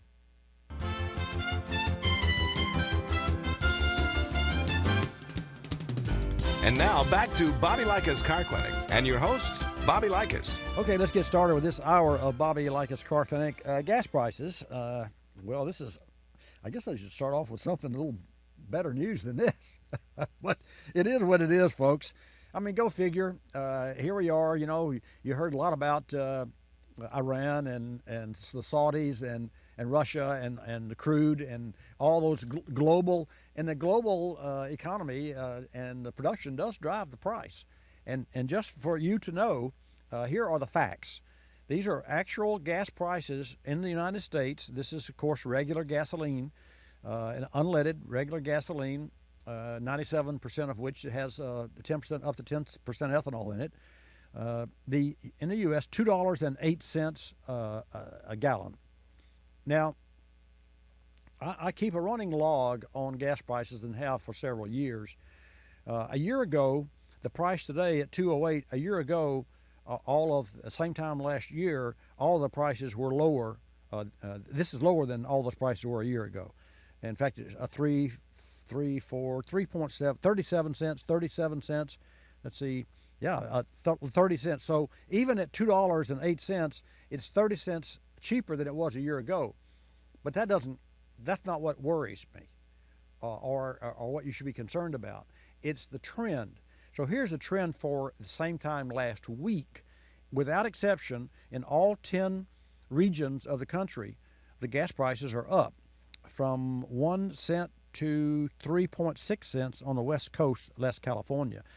And the West Coast is up 1 penny, but of course the West Coast, less California, is up 3.6 cents. Bottom line, the trend is trending up. So if you're thinking about buying a car, we've got the summer months coming up, you want to consider gas prices. Although I'm not so sure that lower gas prices was really a good thing for the American economy. If it was, I can't really see any difference in consumer, and I'm a consumer, you're a consumer, we're all consumers.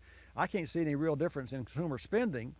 I know that with regard to automobile repairs, which is the business that we're in, the repairs are more expensive than they've ever been. The parts for electronics are really shock me sometimes. I mean, an oxygen sensor that normally would cost, say, anywhere from $85 to $115. We had a car in here the other day, and the oxygen sensor was $295. Now, granted, it was for a particular automobile line, and it was a European car, but nonetheless, the oxygen sensor is still an O2 sensor is an O2 sensor. They all are generic, although they're custom made for each individual car. Now, how do you use a generic, cheaper O2 sensor? Well, you have to do some surgery, and you have to do some cutting, and you have to make sure that you use a bulletproof, I say bulletproof, a weatherproof, which is all but bulletproof, connection. And you can buy those connections, and we can buy those. We don't do that. We don't do that because we're not into the business of modifying electronic wirings of automobiles, because that is the weakest link in automotive repair. It is the wire that goes from point A to point B. And we perform pin-out tests where we get under the hood of a car and we'll check a throttle position sensor wire and then trace that wire all the way back to the control module, and then we'll run an ohm test of that wire. Ground ohm test is also very important. And that's where really a lot of the failures come in with cars. We had an expedition in the house this week that the sunroof didn't close all the way, and you had to manually close it all the way. But even so, it didn't appear to leak into the car. I guess it would under a real heavy rain, but under normal circumstances, sunroofs have drains. All cars that have sunroofs have drains for the sunroof. Well, these drains were stopped up, and this particular new customer of ours bought this car, just recently bought it, and did not know, and so he had it towed in. So we never saw the car before. We had it towed in. And sure enough, in our diagnostics and investigations, we found 2 inches of water in the glove compartment. 2 inches of water in the glove compartment. And then we also found corrosion in one of the electronic control modules under the dash, which is a typical problem for this Ford Expedition.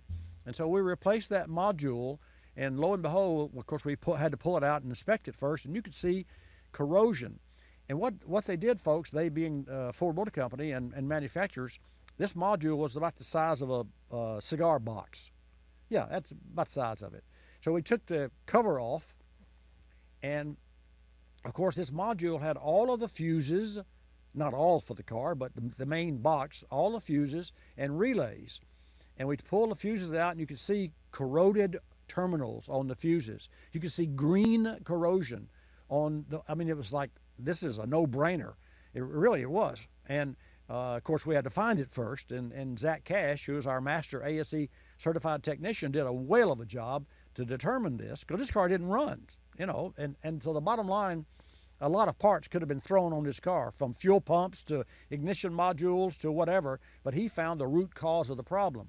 And when he pulled it out, he brought it over, and we looked at it, we being Brennan Beasley and myself, and Brennan's the general manager, and we looked at this, and we just couldn't believe it.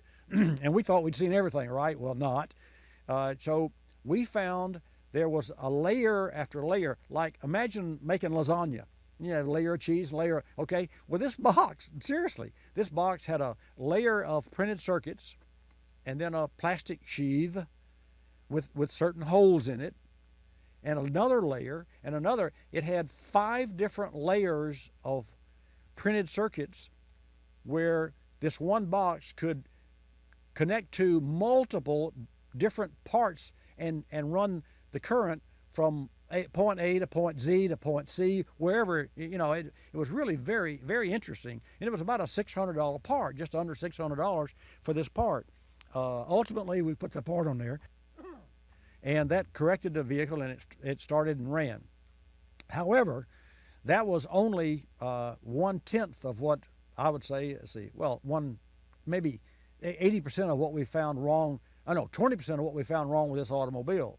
Because this customer had just bought this car, and not only did this problem stop it from running, but it had oil leaks at the top of the engine, the side of the engine, and the bottom of the engine.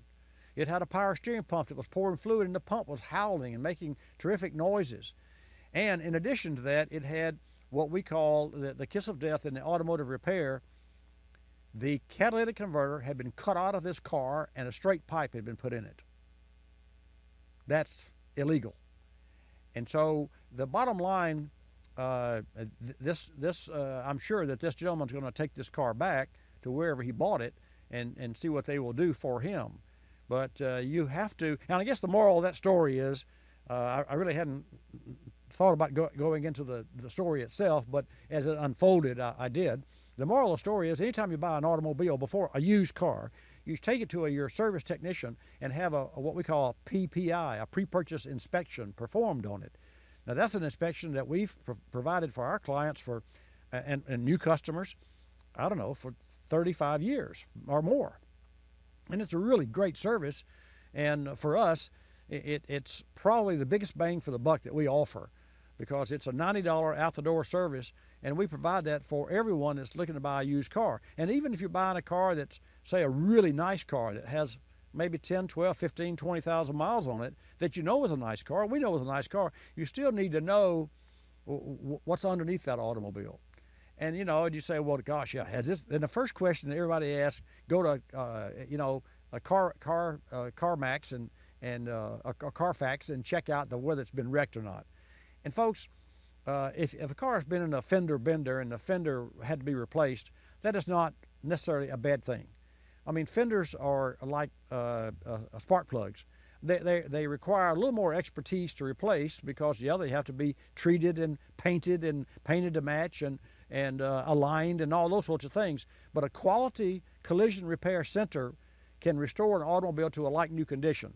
So it's not like it was 25 years ago or even 15 years ago, where you have a car that's been damaged and it never drives the same again.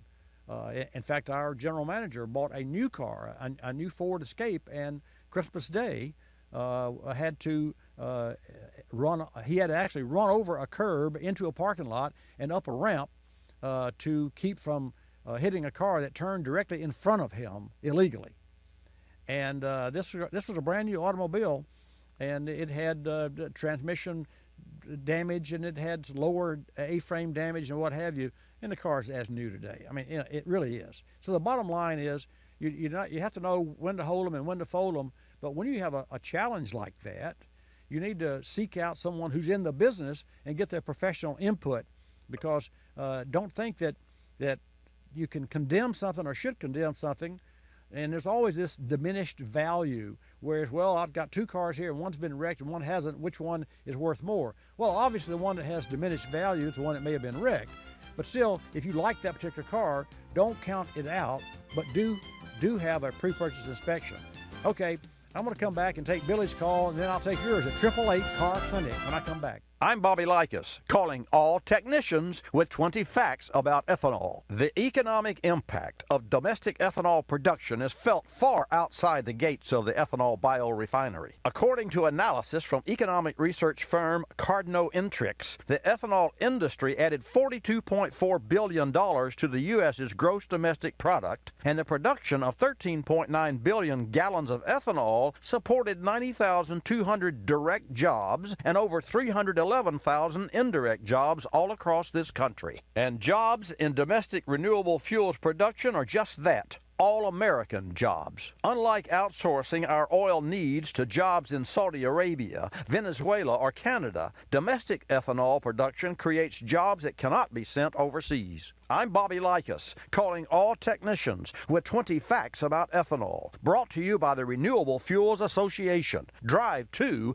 ethanolrfa.org. This Tire Maintenance Minute is brought to you by General Tire and the Ultimax RT43, a smarter tire for a smarter driver. Why do vehicles come with a tire that's rated to 150 miles per hour when everyday drivers don't drive that fast? A tire's speed rating indicates the maximum speed a tire is rated to spin before failure to perform as designed. But more than that, as speed ratings increase, tires are designed to perform better during conditions such as cornering, braking, and in emergency maneuvers. That's why you may find a V speed-rated tire on a vehicle that's electronically limited to a lesser speed. For the best performance, replace worn tires with the speed rating recommended by the vehicle manufacturer. The Ultimax RT43 is a stylish, all-season tire designed for a quiet, comfortable ride. And with technologically advanced features like replacement tire monitor and visual alignment indicator, the Ultimax RT43 really is a smarter tire for a smarter driver. Learn more at GeneralTire.com. You're listening to Bobby Likis Car Clinic. Telephone tip from Geico Auto Insurance. When calling Geico to switch your car insurance, you will not need acetaminophen, naproxen, indomethacin, ibuprofen, a cold compress, an on-call acupuncturist, or any other pain remedy. In 15 minutes, you could save 15% or more. If it were any more painless, you could do it in your sleep, which is theoretically possible since we offer complete 24-hour service. Call 1-800-947-AUTO, 1-800-947-AUTO. Geico Direct, the sensible alternative. Some original thinking by Starbucks barista Frank Botex. What I love most is getting customers to smile in the morning. Starbucks is just a place to come and relax. Kick your feet back. I mean, it's a second home. Starbucks is now in a grocery store, and what better way to just become your own personal barista at home? You go to the grocery store, pick up some coffee, take it home, let the aroma take over your body. Your favorite Starbucks coffee. At grocery, at home, at last.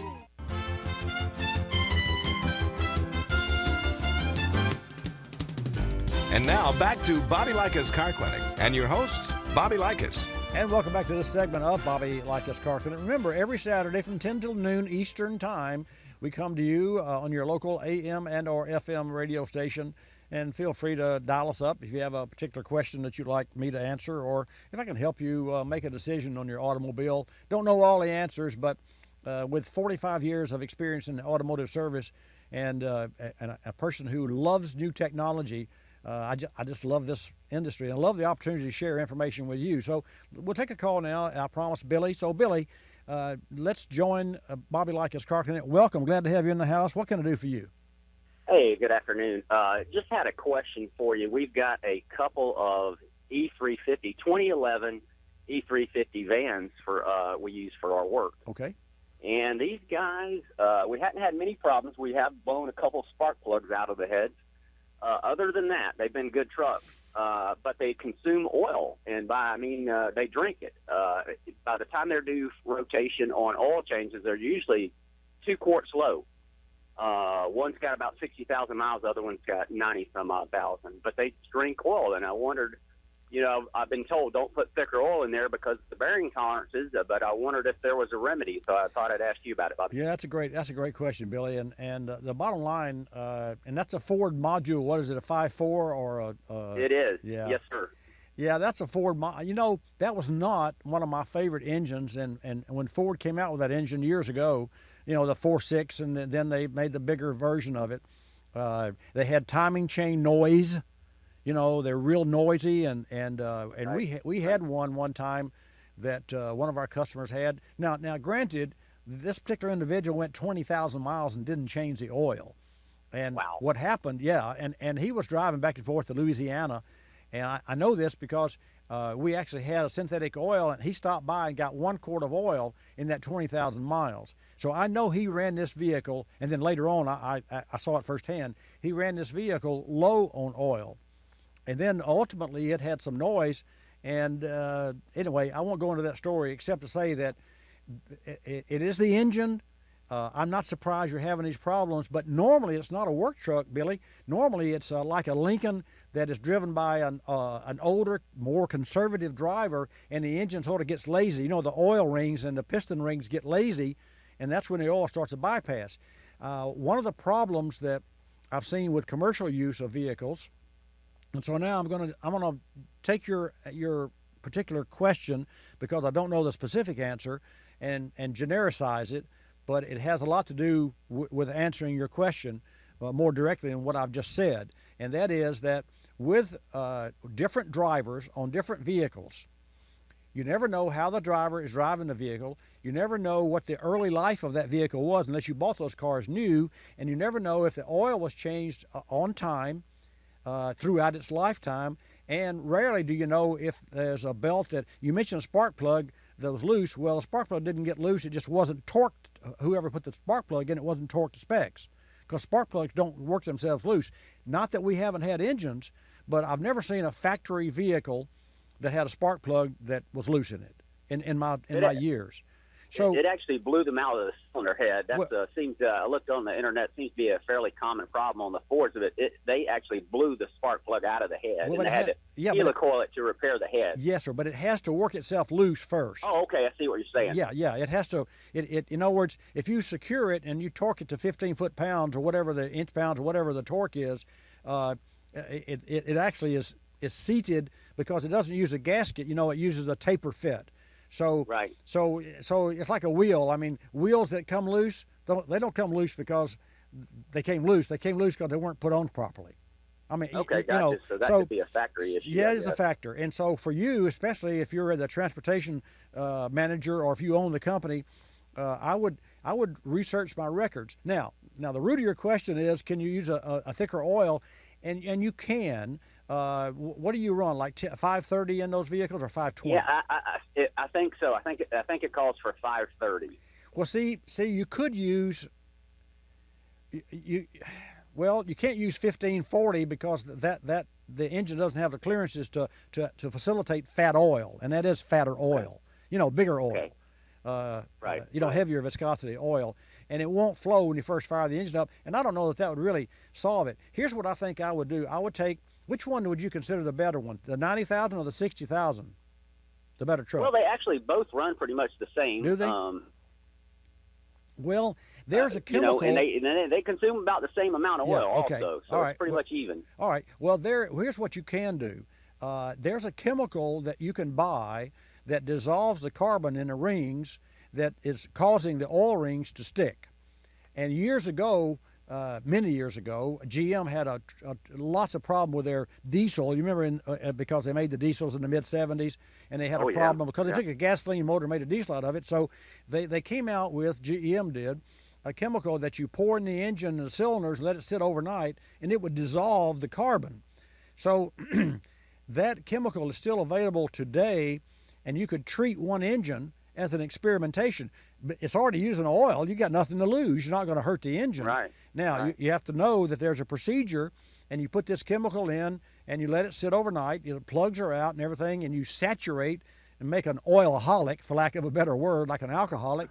You make an oilaholic out of the pistons, so you got syrup buckets of oil, and so except that it's not oil, it's this chemical that is oily like diesel fuel, And that chemical will get into the oil rings and the nooks and crannies, and then you change the oil and get all that chemical out, and there's a real smell to it that's tar based, because it has a lot of petroleum distillates, and it has solvents in it.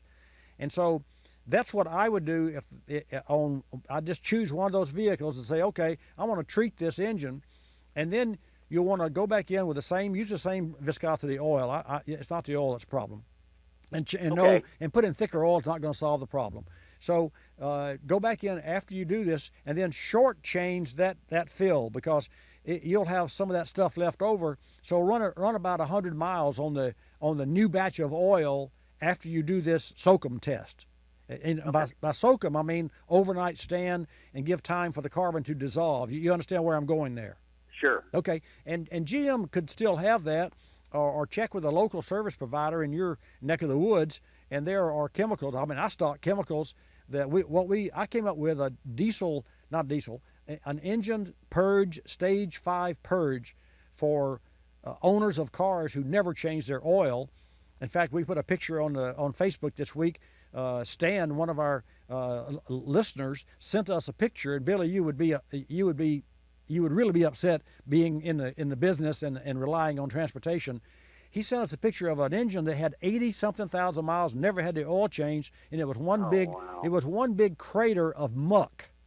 And you could see the timing chain and the cam, and it looked like it was the surface of the moon, that rough surface with a little cam. I swear it was weird. And it's on our Facebook, so take a look at that when you get a chance. Okay. Facebook.com/Bobby Likis, and take a look at that, and then reach out to a local shop next week. And there are chemicals that treat severe cases of engine ring seizure, and you follow the directions, and they work. They work. I bet you can restore one of those trucks. So choose one, and you let me know if I can help you. You give me a shout anytime.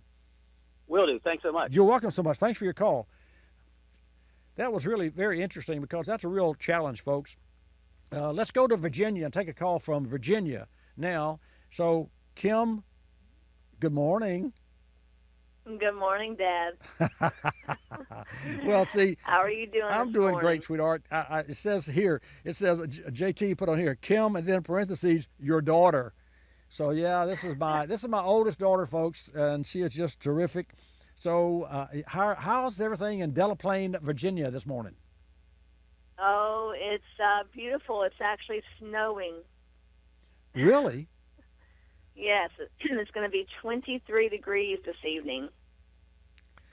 Well, you're a better person than I'll tell you. It's going to be 72 degrees here in the sunny South. That sounds beautiful. Yeah. Take me home. Anytime. I actually do have a question. Okay. Faith and Noah will be driving come June. Oh, the world will never be the same. Already? Okay, already. So they want to be able to haul their bees and take their animals to the butcher and so forth. Okay. And so Noah really wants a truck. Okay. And, it snows here, can be dangerous, hot and cold. It was 59 yesterday, going to be 23 this evening, so fluctuating temperatures. So what would you suggest that we get for them? Frontier. Nissan Frontier. A good truck. Okay. And you can find a used one, just, the drill, get it checked out and what have you. The first vehicle, I mean, he's going to have a wreck.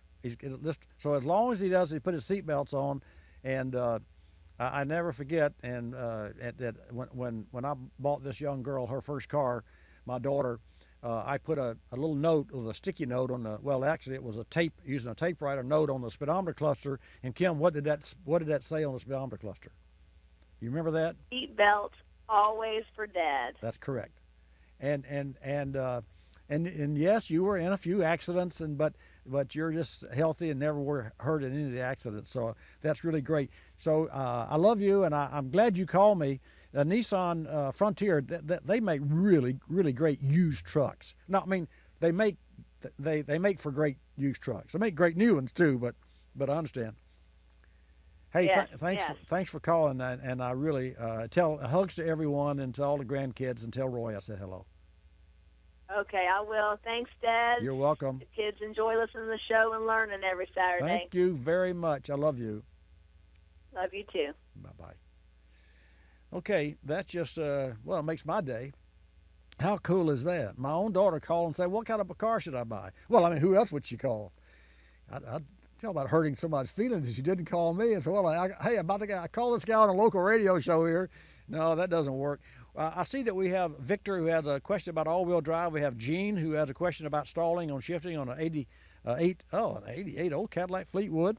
And so we're going to take those calls. I'm going to wait until we come back from the break so I don't have to be interrupted. So we've got another great segment coming up. I would remind you that, let's see, I told you about the Pinterest, and I told you about liking me on Facebook, facebook.com. So there's some things that you need to know, and when I get back, I'll share with you.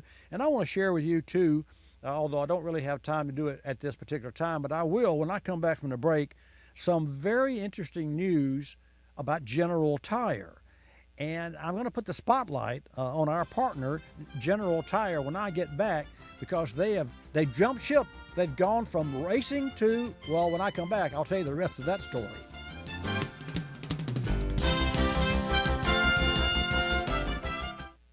History's full of automotive breakthroughs, like the electric starter in 1911 and analog brakes in 1985. Now, Shell is proud to introduce another automotive breakthrough, Shell V-Power Nitro Plus Premium Gasoline, featuring an innovative additive package with patented technology. Shell V-Power Nitro Plus Premium Gasoline protects against all three main types of engine performance threats: gunk, corrosion, and wear. In conventional engines, Shell V-Power Nitro Plus Premium Gasoline cleans and protects intake valves and fuel injectors. In modern engines, it works in extremely hot engine temperatures to resist the breakdown of cleaning agents and protect against performance-robbing gunk. Shell V-Power Nitro Plus Premium Gasoline, proven in industry-standard tests and recommended by BMW M Series. Don't give your engine just any premium gasoline. Choose a breakthrough. Choose Shell V-Power Nitro Plus Premium Gasoline. Learn more at shell.com/US. You're listening to Bobby Likis Car Clinic. You can call them used. You can call them previously driven. You can call them anything you want. The point is somebody, maybe even a dozen somebodies, owned the car before you did. And before you put down your hard-earned dollars for the car, you deserve to know exactly where it's been. Get a vehicle history report from Carfax.com. They'll give you the real history of any used car. Visit CARFAX.com or ask your dealer for a Carfax report. Don't buy a used car without Carfax. I, Dennis Walker, pledge allegiance to the roof. I know it'll be clean. I know it will be comfortable. And I know that if the phone rings when I'm in the shower, I can just let it ring. For I have voicemail. Red Roof Inn. One room, under budget, with free cable and local calls for all. 98% of Red Roof guests are so satisfied with their visit, they plan to come back. Now that's not just loyalty, that's allegiance. For reservations, call 800-RED-ROOF. We're a land of cynics. We don't believe anything anymore. You know why? Because we've been told we've won $1 million, that it's new and improved, that it slices and dices, that our favorite singer is still alive, that we'll be prosecuted if we cut off the tags, and of course that everything is backed with a 100% money-back guarantee. So when we hear the words customer service, we don't believe it.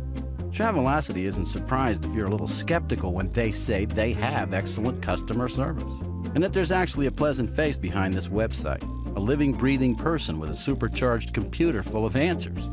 Someone who's willing to help when you get lost, and most of all, someone that will actually pick up the phone when you call with a question or a concern. Customer service is just another example of how Travelocity puts you in control of travel. Chances are you'll never have to use it, but it's good to know it'll be there if you need it. Travelocity.com. Go virtually anywhere.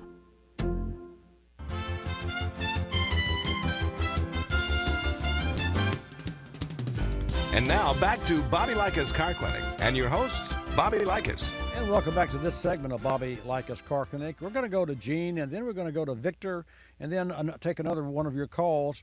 But as I mentioned before the break, today's partner spotlight is on General Tire, and I'd like to share with you some latest information on General Tire. You've heard me talk about how General Tire performs where the rubber meets the road with such features as the replacement tire monitor, which is a fantastic asset to have, and you can actually read when that tire needs to be replaced on the tire itself, as well as the visual alignment indicators that actually tell you when it's time to change the tires and if the car is out of alignment.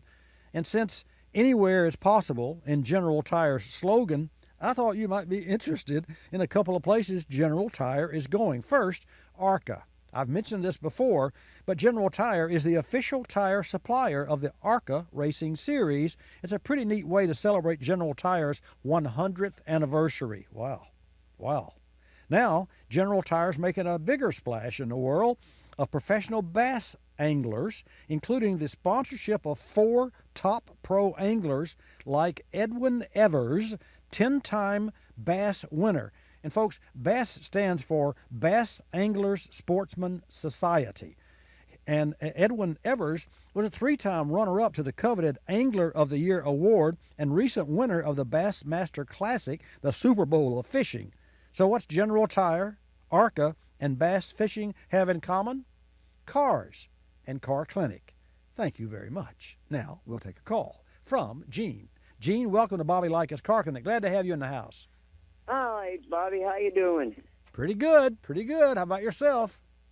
I'm doing great. Well, what can I do for you? I really enjoy.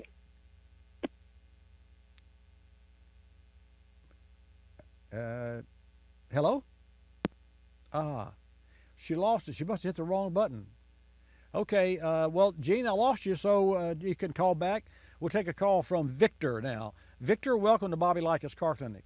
Yeah, thanks, Bobby. Now, on that all-wheel drive, how do they separate the 2 shafts if they don't have just a straight differential? Do they use a pin in a ring gear and spider gears between the 2 drive shafts, or how do they do that? Well, they have a transfer case. It's a transmission box. You got a transmission that drives. You got a drive shaft that drives the front wheels. You got a drive shaft that drives the back. But also on today's cars, and what is really interesting to me, Victor, is that each rear axle, now think about this, you got independent suspension, and you got an axle driving that pumpkin, that ring and pinion, right? Right. And then you got an axle, left axle, and a right axle on its independent suspension. Well, on the inboard of that axle is a viscous drive. And on the inboard of the right axle. On the inboard of the left axle is a viscous drive. And that viscous drive is electronically controlled by a computer, its application. And normally a drive has to, as I understand it, and I spoke with Johnny Bars about this, who is our ASE double master certified technician. In fact, I've got his book, Johnny's book, that he loaned to me because I was so enamored. And, I did have the question, I don't know, at one time, I forget now, but I did have the question where someone asked me the difference between all-wheel drive and four-wheel drive. And I said, well, they all drive 4 wheels, so there's not much difference. But I really technically had not been schooled on that, and I have now. And so what the manufacturers are doing is they're using electronic couplers, viscous, to drive a wheel, and they're also using planetary gears to let one axle turn at a different speed than others. So if let's say that you had all 4 wheels in 4-wheel drive mode, and you turn left, well, the inside left tires are going to cover a shorter circumference and turn less than the outside. So they actually have put in planetaries that allow the inside wheels to turn slower. Otherwise, you get that chatter that all 4-wheel drives give you. And for that reason, that's one of the main reasons I never wanted a 4-wheel drive, because they're noisy. Of course, they usually have knobby tires, but which is part of the reason that people buy them, because they want to off-road. But I never was interested in those cars, because even driving on regular pavement, if you put a set of regular tires, you still get weird noises if you're in 4x4. And you say, well, don't put it in 4x4. But with an all-wheel drive, it's there all the time, except that it being the computer dictates what the speed is of each wheel. Is that cool, or is that cool? Huh. Well, now you mentioned there, did you say that they had planetary gears out on the end of the wheel too? No, they have viscous on the wheel. No, and the transaxle has planetaries inside, so that one axle can turn at a different speed. Of course, that's a normal old time. That's a normal old time. Yeah, all cars have that. The planetaries. Right. It's just that if you've got the inside wheel turning less, and the traction goes away, then that wheel's going to spin. But if you've got then all of the traction for the one that's driving. Let me slow down. With the planetary, you can turn in a circle, and the left wheel inside, if you turn in left, will turn at a slower speed than the right. But if you're losing traction on either one, neither one will go, because the one that loses traction will spin. That's why you have to have a positive traction gear, or that's where all-wheel drive comes in. Then you have a viscous electronically control that puts the power to each individual wheel where it's needed, and where the traction will allow. That makes sense? Yeah. Now the viscous is a slippage then, huh? Yeah, it is. It sure is. Slippage usually wears out unless it doesn't slip very much. My thoughts exactly. I'm curious to see my thoughts exactly. In fact, that's exactly what I stated to Johnny. I said, Johnny, we're going to see a lot of those viscous clutches worn out. He said, yeah, we are. We will. And so it's going to be really curious. Now, granted, that's when he went on to say that the electronic part doesn't hold all the pressure. It simply applies the clutch. The clutch is made so that as it heats up, it immediately starts to grip and will lock in place. So what the electronics does is it immediately, and of course it takes, maybe 2 seconds or so many revolutions before a wheel that is spinning can recognize that and its mechanical lockup take place. I mean, that's the way rear axles work. But with this electronic, the electronic actually engages the clutch and starts that process immediately. Unless it's some kind of an oil band type clutch or something. And now an oil clutch, they don't wear out very fast, but a dry type slippage, I wouldn't like that, I don't think. But then again, if you think about it, think about a regular clutch in a standard transmission car. Depending on the driver, I mean, I've never put a clutch in any of my automobiles. Now, I have broken clutches from abuse and racing, and doing things I shouldn't be doing, but I've never replaced a clutch disc because it was worn out. I've replaced clutch discs when I went in to do something else because I had to pull the transmission, and now was a good time to get to it. But so what I'm saying is, and that's because I always use first gear to launch the car, and once you get the car rolling, then you can put it in second gear, but you never would take off in second gear.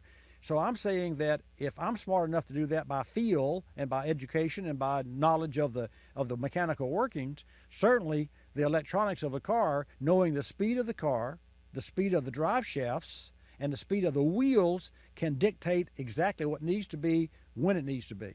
I mean, really, when you think about it, look at ABS and all of this, all of this magical control comes from the same speedometers, because every wheel of every car on today's cars has a speedometer built in and measures the speed of each wheel.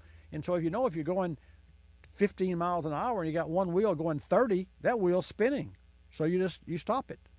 I suppose it depends on how hard you're pushing on that throttle and how much torque's on that. Doesn't matter because the stability control takes over the throttle because it's drive-by-wire. It doesn't matter where your foot is because and to that end, that's why you see so many, and we have this happen all the time. Lexus cars will come in, and Mercedes with a stability track on and the check engine light. And I think you and I had this conversation. If not, I'll just quickly go through it.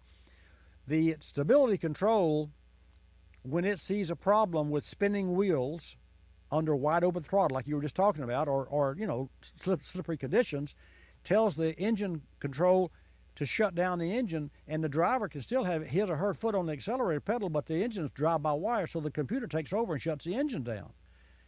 Now, if you leave the gas cap loose and the check engine light comes on, the engine can still shut down, but the stability control doesn't know that. It only knows there's a fault in the engine control module, and the stability control will turn its light on and say, check me out. I can't do my job because the check engine light's on, and I can't depend on the check engine light module to do its job. Therefore, I'm out of it. So we have a customer that comes in that has two lights on when there's nothing wrong with the stability. So we fix the check engine light first, and then we clear the other code and see if we really got a problem. You got it? Yeah, then they have those little wires running from a bouncing axle up to the control module. Then, huh? Well, no, not really. Yeah, but that's all right. I mean, any brake pad has a sensor, and the brake pads goes up and down. I mean, the wheels go up and down. So that's I guess not. those little wires can stand a lot of. Oh yeah. They don't. It doesn't matter because you're only moving what 6 or 8 inches. So you can take a wire in your hand and you go back and forth and back, and you find you break it off. Well, you're talking about bending the wire. You're not talking about looping the wire. Okay, they have a way where the it loops. It just curved like a elbow. It just curves. So it really doesn't bend the wire. It arcs the wire through an arc. Hey, got another call, Victor. But hey, thanks for calling. I always love to hear from you, man. Okay, great, thanks. Thank you. We'll go back to Gene. I lost you earlier, but Gene, welcome back to Bobby Likis Car Clinic. You've got a Fleetwood stalls when you put it in gear, so talk to me. Yeah, everything else seems to be fine. I bought it a week ago today, and she's already been to the garage, and she got a pretty good checkup. Okay. I can't complain about it. Good. But. There's always the but. Home, okay. Yeah, that's the but. I start her up in the morning because she's an old car and she probably, hasn't had the best. Her mileage, of course, is up there. Oh, I got you. But it was fine. We'll idle. I go to put it in gear. That's it. Bye. Sayonara. Try again.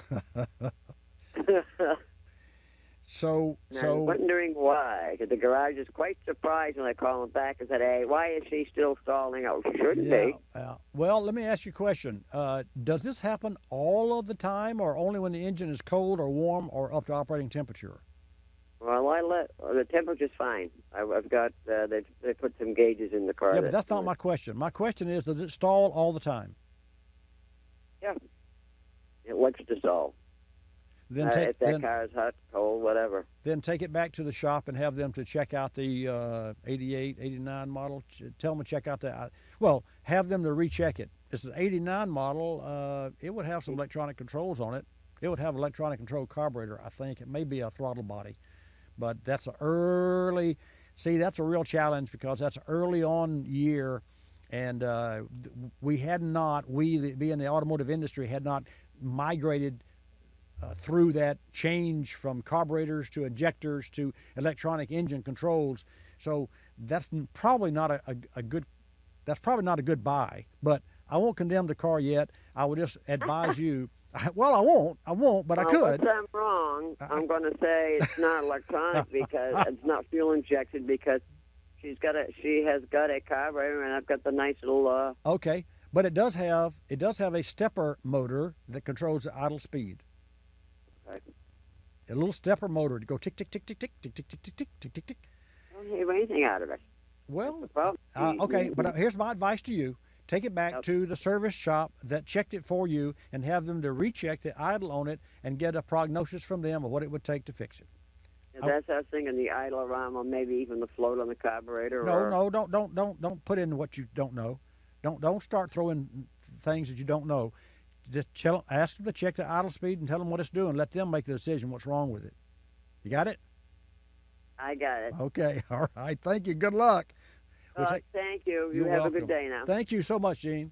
We'll take a call from Jack. Jack, welcome to Bobby Likis Car Clinic. Hello, Bobby. Good morning, sir. Hey, I got a question about spark plugs blowing out of a Ford V10 engine. Yeah. Can you tell me, is it because the spark plugs loosen up, or is it because of bad metal in the cylinder head? It's because the spark plug was never torqued properly when it was installed. I've never seen a spark plug come out of a car that was torqued properly. I see. Well, I don't know how many miles these plugs had been in this engine, but two of them have blown out in the last couple of years, so I had to ask. They were not installed properly. Not installed. No, and Jack, here's what you can do. Now, it's too late now because you don't have those plugs, probably. But whenever a plug is loose in a head, the first thing you'll hear is a pss, pss, pss, pss, pss, pss, pss, every time the compression comes around, because the compression blows by the seal on the spark plug, the tapered seal. And if you don't hear that, of course, with a motorhome, you couldn't hear that, or a bus, you couldn't hear that anyway. In a car, you could hear it. But the bottom line is, you pull the plug out, you look at the old plug that was loose and burned out, and you'll see that the carbon on the threads proves that it wasn't secure, it wasn't tight, because that carbon has migrated its way up those threads. Otherwise, it would not have migrated its way had that plug been tight, because there was no way that gas could get up in those threads. I know this to be true, having been in the business for 45 years. I know that we're out of time for today's program, having been on air for about an hour now. So, folks, next week, 10 till noon Eastern Time, Bobby Likis Car Clinic. Thanks so much for calling. I'll see you next week. Like us, you'll love us. This is Bobby Likis Car Clinic. Bobby Likis Car Clinic is a copyrighted presentation of Car Clinic Productions Incorporated and may not be reproduced or rebroadcast without the express written approval of Car Clinic Productions Incorporated.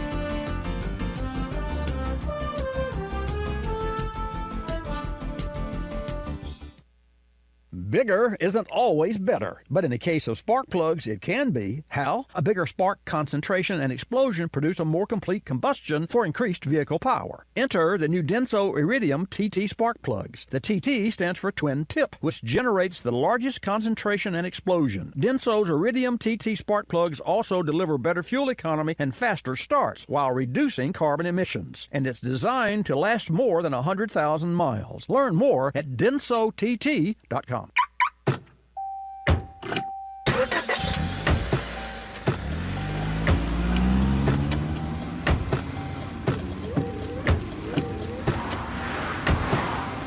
Driving has a rhythm all its own.